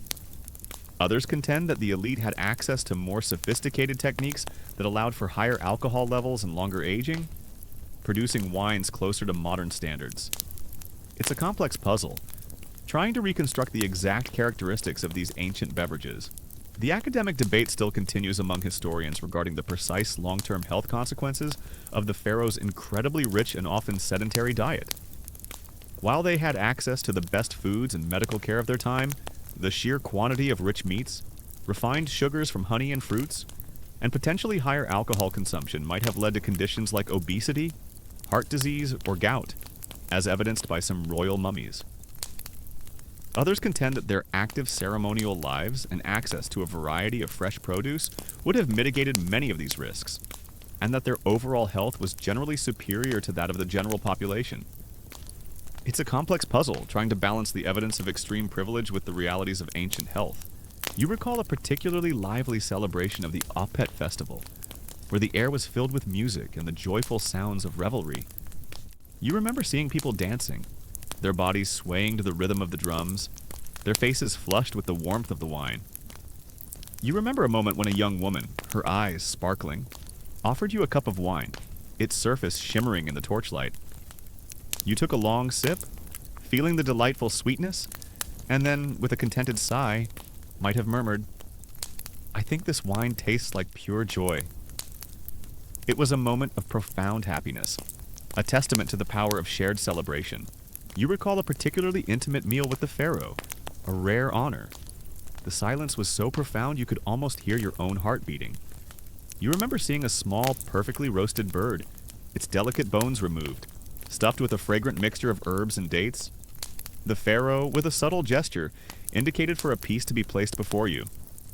You took a bite, feeling the tender meat, the burst of sweet and savory flavors, and then, with a sense of overwhelming privilege, might have murmured, "I think this tastes like the very essence of eternity." It was a moment of profound connection, a testament to the power of a meal shared with a living God. The social rituals surrounding these beverages were subtle but significant. The quality of the wine offered, the elegance of the cups, and the frequency of refills all conveyed messages about the host's generosity and the guest's status. Wine was often served alongside food, but it also had its own dedicated moments, particularly during toasts or after the main courses. It was a fluid, dynamic part of the feast, enhancing the overall experience. You learn to appreciate these subtle cues, the unspoken language of status conveyed through the drinks. The social rituals surrounding the pharaoh's table were of the highest order. Every movement, every gesture, every offering was meticulously choreographed. Only the most trusted and highest-ranking officials would be allowed to dine in his presence, and even then, their behavior would be strictly governed by etiquette. The act of eating with the pharaoh was a profound honor, a direct participation in his divine existence. You learn to observe, to listen, to respond with utmost deference. Understanding that every action carries immense weight, the tools for consuming these beverages were simple, yet elegant pottery cups, often beautifully decorated, and sometimes even cups made from precious metals for the highest elite. There were no elaborate wine glasses, but the craftsmanship of the vessels themselves was often exquisite. The act of drinking was a direct, tactile experience. Connecting you intimately with the liquid, the tools for dining were the most exquisite cups of gold and silver, bowls of polished alabaster, and perhaps even delicate spoons of ivory. While forks were still unknown, the sheer artistry of the vessels elevated the act of eating to a ceremonial level. Servants would attend to every need, ensuring that the pharaoh's table was a flawless display of perfection. Imagine the sheer psychological impact of consuming such refined, intoxicating beverages, knowing that the vast majority of the population subsisted on coarse beer and often questionable water. It instilled a deep sense of gratitude for your privileged position, a profound appreciation for the skill of the vintners, and a constant awareness of the beauty that could be created from the simplest of fruits. This constant contrast shaped your worldview, your expectations, and your relationship with food and drink itself. Imagine the sheer psychological impact of living a life of such unparalleled abundance and divine connection. It instilled a deep sense of purpose, a profound understanding of your unique role in the cosmos, and an unwavering belief in your own immortality. This constant awareness of your divine status permeated every aspect of your daily life and your relationship with food, transforming it into a continuous act of worship and self-affirmation. Sometimes, you'd hear stories from traveling merchants or returning expeditions, tales of truly exotic drinks from distant lands, perhaps fermented beverages from Mesopotamia made from barley and dates, or unique fruit wines from the Aegean. These were whispered legends, culinary myths that offered a brief escape from the present reality. You'd listen intently, imagining the flavors, the textures, the sheer novelty of something different. It was a small comfort, a fleeting moment of culinary fantasy. Sometimes you'd hear whispers from the farthest reaches of the empire, tales of rulers in distant lands who claimed similar divine status, or of banquets that rivaled even the pharaohs in their extravagance. These were whispered legends, rival myths that only served to reinforce the unique and absolute splendor of your own pharaoh's table. You'd listen intently, perhaps with a knowing smile, understanding that none could truly compare to the glory of Egypt. The prized wines and special beverages of ancient Egyptian special occasions, while a stark contrast to their daily fare, were a product of their time and their society. They weren't designed for endless variety by modern standards, but for pleasure, status, and the celebration of life's blessings. And they worked. The elite feasted, they celebrated, and they reinforced their authority, fueled by the bounty of their lands and the artistry of their vintners. You are a living testament to that privilege, your body well fed, your spirit confident, shaped by the demands and opportunities of your station. The pharaoh's table, the ultimate display of ancient Egyptian culinary opulence, was a product of their time, their boundless wealth, and their profound religious beliefs. It wasn't designed for mere dining. It was designed for divine affirmation, for the reinforcement of absolute power, and for the celebration of a living God. And it worked. The pharaoh ate, he ruled, and he ensured the prosperity of Egypt, fueled by the bounty of his lands and the spiritual genius of his people. You are a living testament to that power, your body well fed, your spirit confident, shaped by the demands and opportunities of your divine station. As the golden light of the setting sun streams through the grand hall, painting the wall paintings in warm hues, you finish your evening meal, another piece of sweet bread, perhaps a final sip of fine wine before settling down for a comfortable night's rest. The sounds of the feast fade into a gentle hum, punctuated by the distant calls of the night watch.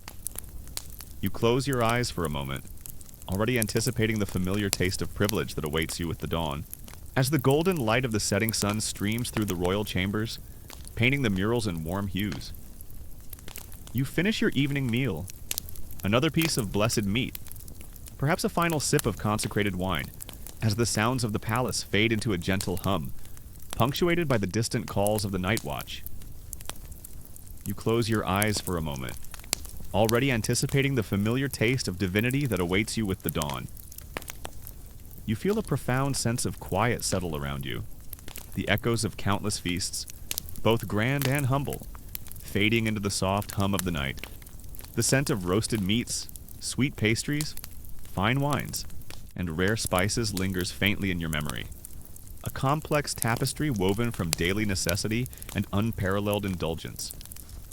Gone are the specific chambers of the pharaoh's palace and the distinct social strata. Now you are merely an observer, reflecting on the universal truths of sustenance in ancient Egypt.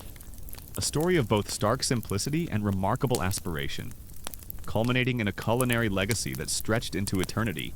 You feel the warm, sweet air, now infused with the delicate, sticky aroma of ripe fruits and golden honey.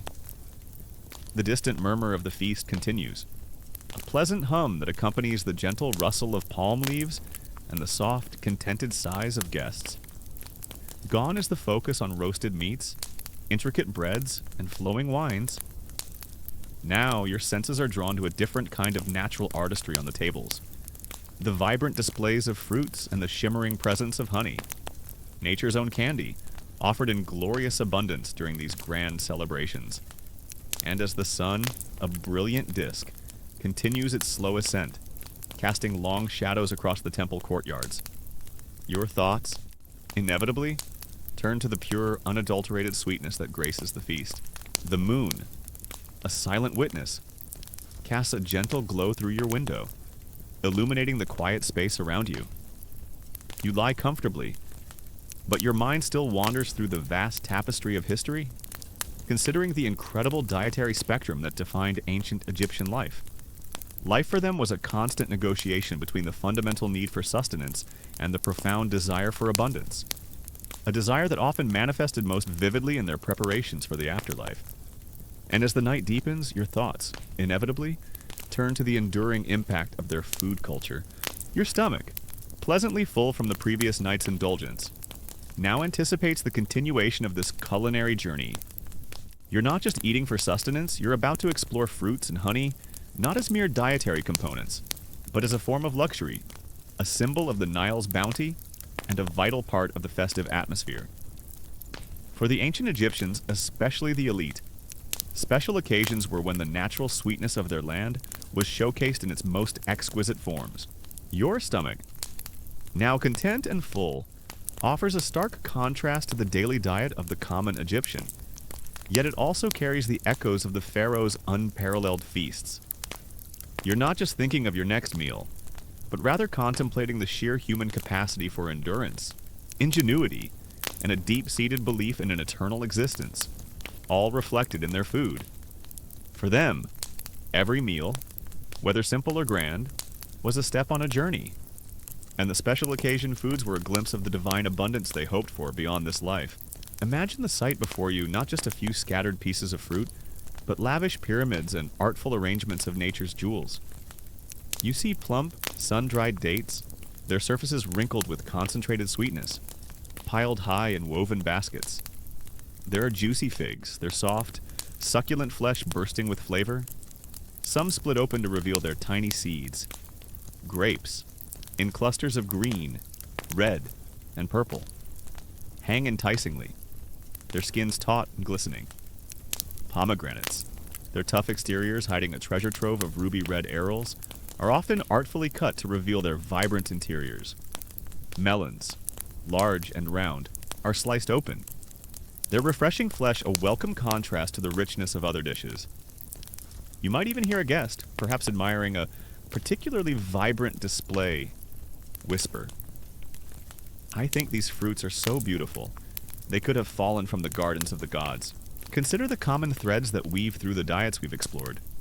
The common Egyptian, perpetually sustained by coarse barley bread, thick beer, and humble onions, living a life dictated by the rhythms of the Nile and the limitations of their resources. And then, the extraordinary contrast, the pharaoh's table, groaning under the weight of roasted oxen, delicate white breads, sweet honey cakes, and prized wines, all infused with exotic spices. This stark dichotomy wasn't a failure of culinary imagination.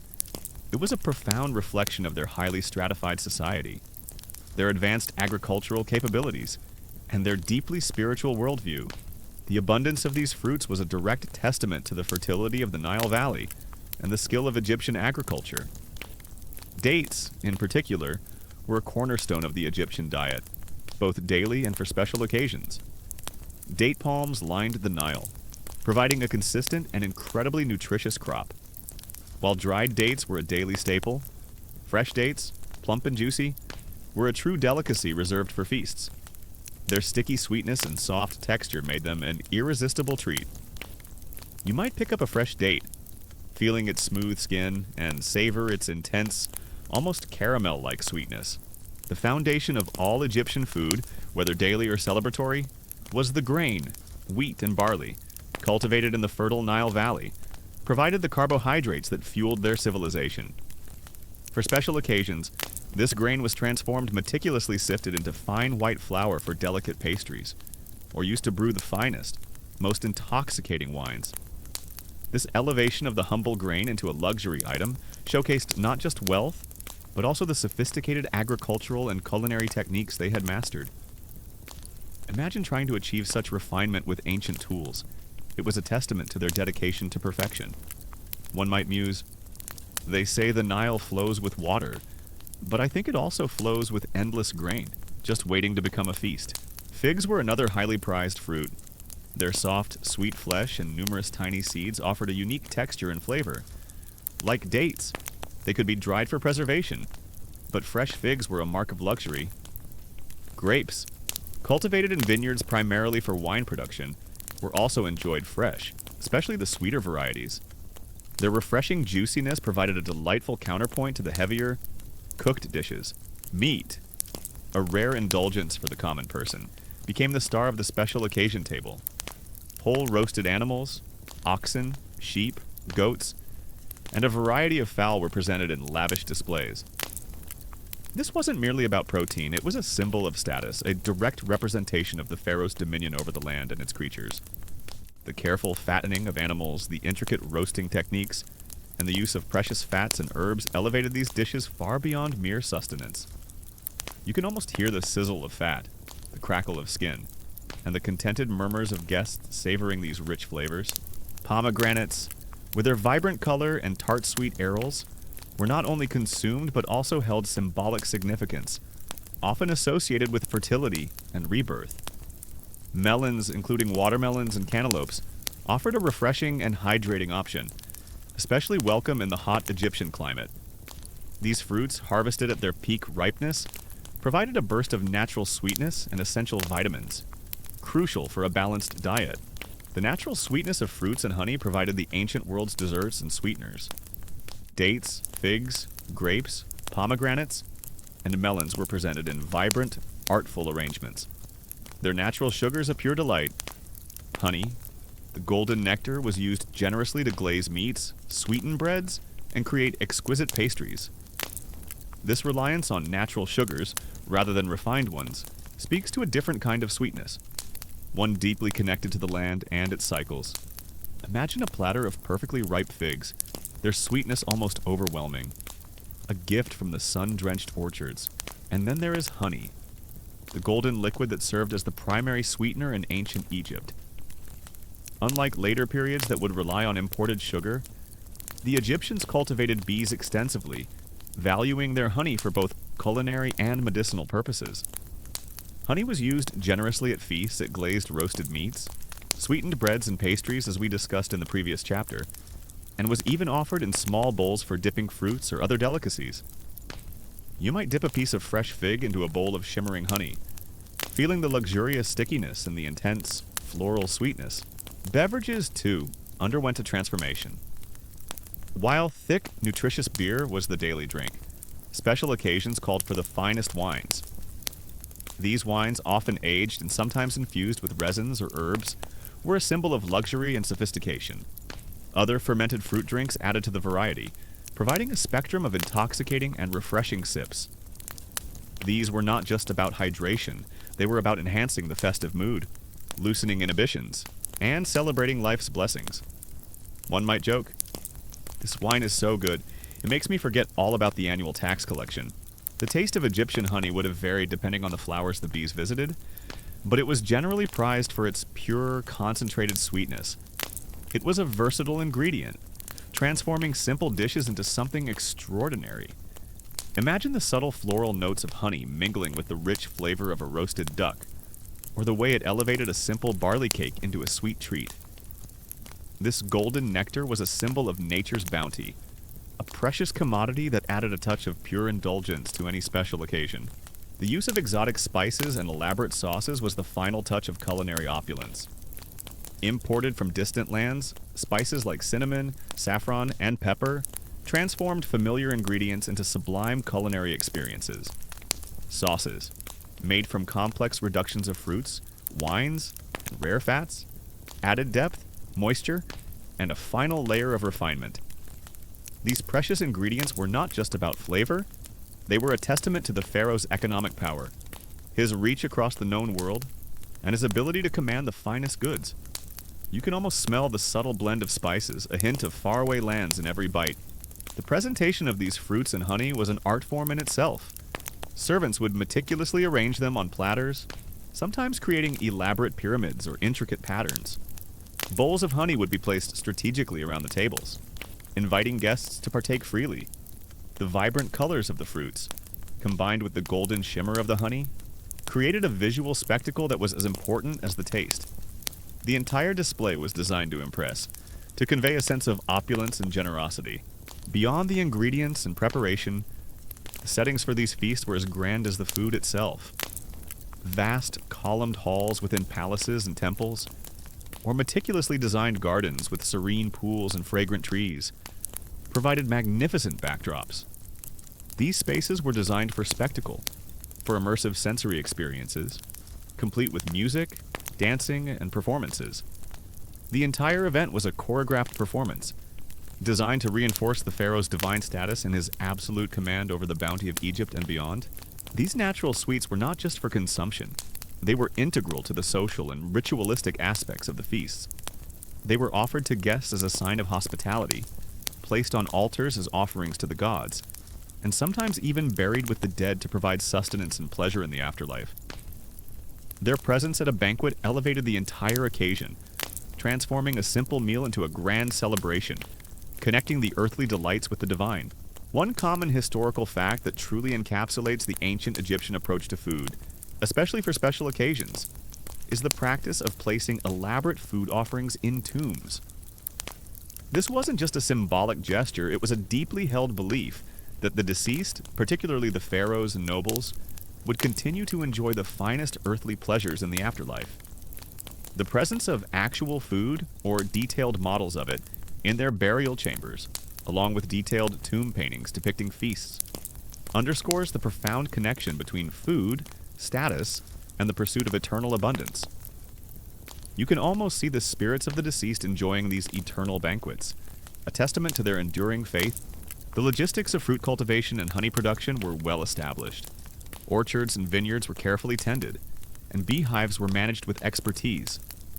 The perishable nature of fresh fruits meant they had to be consumed relatively quickly or preserved through drying. Honey, however, could be stored for long periods in sealed jars, making it a reliable sweetener year-round. This required a sophisticated understanding of agriculture and preservation, showcasing the organizational capabilities of the ancient Egyptian elite. Now for a lesser-known detail that might surprise you while the pharaoh's table was unparalleled. Even some high-ranking temple priests or wealthy individuals would commission specialized food lists to be inscribed in their tombs, detailing the exact types and quantities of food they desired for their afterlife sustenance. These lists sometimes included incredibly specific items, down to the type of bread or the cut of meat, highlighting a very personal and meticulous approach to their eternal diet. Far beyond just general abundance, it shows a deep, almost bureaucratic concern for their culinary future.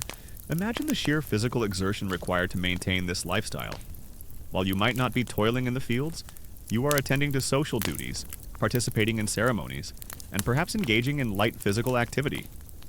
All of this is accompanied by a diet that, while rich in calories and nutrients, also includes these natural sugars. It truly highlights the balance between indulgence and the demands of their social roles. They weren't just living, they were celebrating, fueled by the bounty of their lands and the sweetness of nature.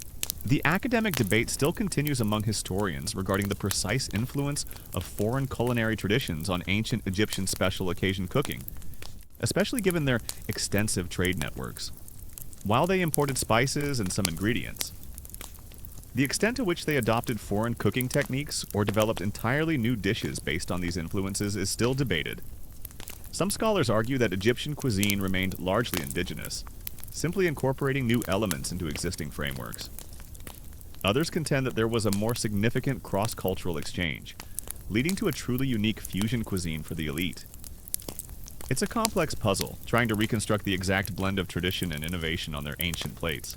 A common historical fact about ancient Egypt is their deep connection to the Nile River, which not only provided fertile land for grains, but also supported the growth of numerous fruit trees along its banks and in the oases. The annual flooding replenished the soil, ensuring bountiful harvests of dates, figs, and grapes, which were essential for both daily sustenance and the lavish feasts of the elite. This direct link between the river's life-giving power and the availability of these sweet delights was a constant source of gratitude and celebration. You recall a thought that might have crossed the mind of a royal chef, meticulously preparing a dish for the pharaoh. This isn't just food, it's a prayer, a promise, and a legacy. Best not to burn it. It's a universal sentiment, a testament to the enduring human desire for perfection, especially when serving those deemed divine. Now, for a lesser-known detail that might surprise you, ancient Egyptians had a variety of methods for eating dates beyond just fresh or dried. They would sometimes press dates into cakes, which could be stored for extended periods and provided a concentrated source of energy and sweetness. These date cakes were essentially the ancient world's energy bars, perfect for travelers or for supplementing rations during lean times, but also served at feasts as a rich, sweet treat. It highlights their ingenuity in maximizing the utility of this incredibly versatile fruit. The resilience and resourcefulness of the ancient Egyptians, from the peasants stretching meager rations to the royal chefs crafting culinary masterpieces, is truly remarkable. Their ability to extract such bounty from the land, to preserve it, and to transform it into both daily sustenance and lavish displays, speaks volumes about their civilization. Their food culture was a microcosm of their society, hierarchical, deeply spiritual, and profoundly connected to the life-giving power of the Nile. The academic debate still continues among historians regarding the precise role of fruit and honey in the overall health and dental hygiene of the ancient Egyptian elite. While these natural sugars provided energy and some vitamins, their high concentration, especially in honey and dried fruits, might have contributed to dental issues like cavities, which are evident in some skeletal remains. Some scholars argue that the abrasive nature of their daily bread, with its grit, might have exacerbated these issues. Others contend that the overall diet, combined with a lack of refined sugars, meant that dental problems were less severe than in later periods. It's a complex puzzle, trying to reconstruct the exact long-term health impacts of their ancient dietary practices. Imagine the sheer psychological impact of living in a society where food was so central to every aspect of life, from the mundane to the divine. It instilled a deep sense of gratitude for the Nile's bounty, a profound understanding of their place in the cosmic order, and an unwavering belief in the continuity of life, both earthly and eternal. This constant awareness of food's multifaceted role permeated every aspect of their daily existence. You recall a particularly joyful celebration of the harvest, where the air was filled with the scent of freshly picked grapes and the sweet aroma of honey. You remember seeing children, their faces sticky with date juice, laughing as they chased each other through the gardens. You remember a moment when an old man, his eyes crinkling with warmth, offered you a cluster of grapes, their skin still dusted with morning dew. You took a long bite, feeling the burst of refreshing sweetness, and then, with a contented sigh, might have murmured, "I think these grapes taste like pure sunshine." It was a moment of profound happiness, a testament to the simple joys of nature's bounty. Sometimes, you'd hear whispers from the farthest reaches of the empire, tales of culinary wonders that defied imagination, or of banquets that rivaled even the pharaohs in their extravagance. These were whispered legends, rival myths that only served to reinforce the unique and absolute splendor of your own Egyptian world. You'd listen intently, perhaps with a knowing smile, understanding that none could truly compare to the glory of Egypt. The social rituals surrounding these natural sweets were subtle but significant. The sheer quantity and variety of fruits, the generous use of honey, and the elegant presentation all conveyed messages about the host's generosity and the guest's status. Fruits and honey were often served throughout the meal, not just as a dessert, providing a continuous thread of sweetness and freshness. They were a fluid, dynamic part of the feast, enhancing the overall experience. You learn to appreciate these subtle cues, the unspoken language of status conveyed through nature's gifts. The culinary legacy of ancient Egypt, particularly their special occasion foods, was a product of their time, their boundless wealth, and their profound religious beliefs. It wasn't designed for mere dining, it was designed for divine affirmation, for the reinforcement of absolute power, and for the celebration of a living God and the promise of eternity. And it worked. The Egyptians ate, they celebrated, they worshipped, and they built a civilization that endured for millennia, fueled by the bounty of their lands and the spiritual genius of their people. You are left with a profound appreciation for their strength, their ingenuity, and the sheer human capacity to transform sustenance into a taste of the eternal. The tools for consuming these delights were simple: your hands for picking up fruits, and perhaps small spoons for honey. There were no elaborate fruit knives or dessert forks. It was a direct, tactile experience, connecting you intimately with the natural sweetness. Servants would replenish platters and bowls, ensuring a continuous flow of these precious commodities. Imagine the sheer psychological impact of consuming such natural, unadulterated sweetness. Knowing that the vast majority of the population subsisted on coarse grains and limited fresh produce. It instilled a deep sense of gratitude for your privileged position, a profound appreciation for the fertility of the land, and a constant awareness of the beauty that could be created from the simplest of nature's gifts. This constant contrast shaped your worldview, your expectations, and your relationship with food and drink itself. Sometimes, you'd hear stories from traveling merchants or returning expeditions, tales of truly exotic fruits from distant lands, perhaps citrus fruits from the east, or unique berries from the Mediterranean. These were whispered legends, culinary myths that offered a brief escape from the present reality. You'd listen intently, imagining the flavors, the textures, the sheer novelty of something different. It was a small comfort, a fleeting moment of culinary fantasy,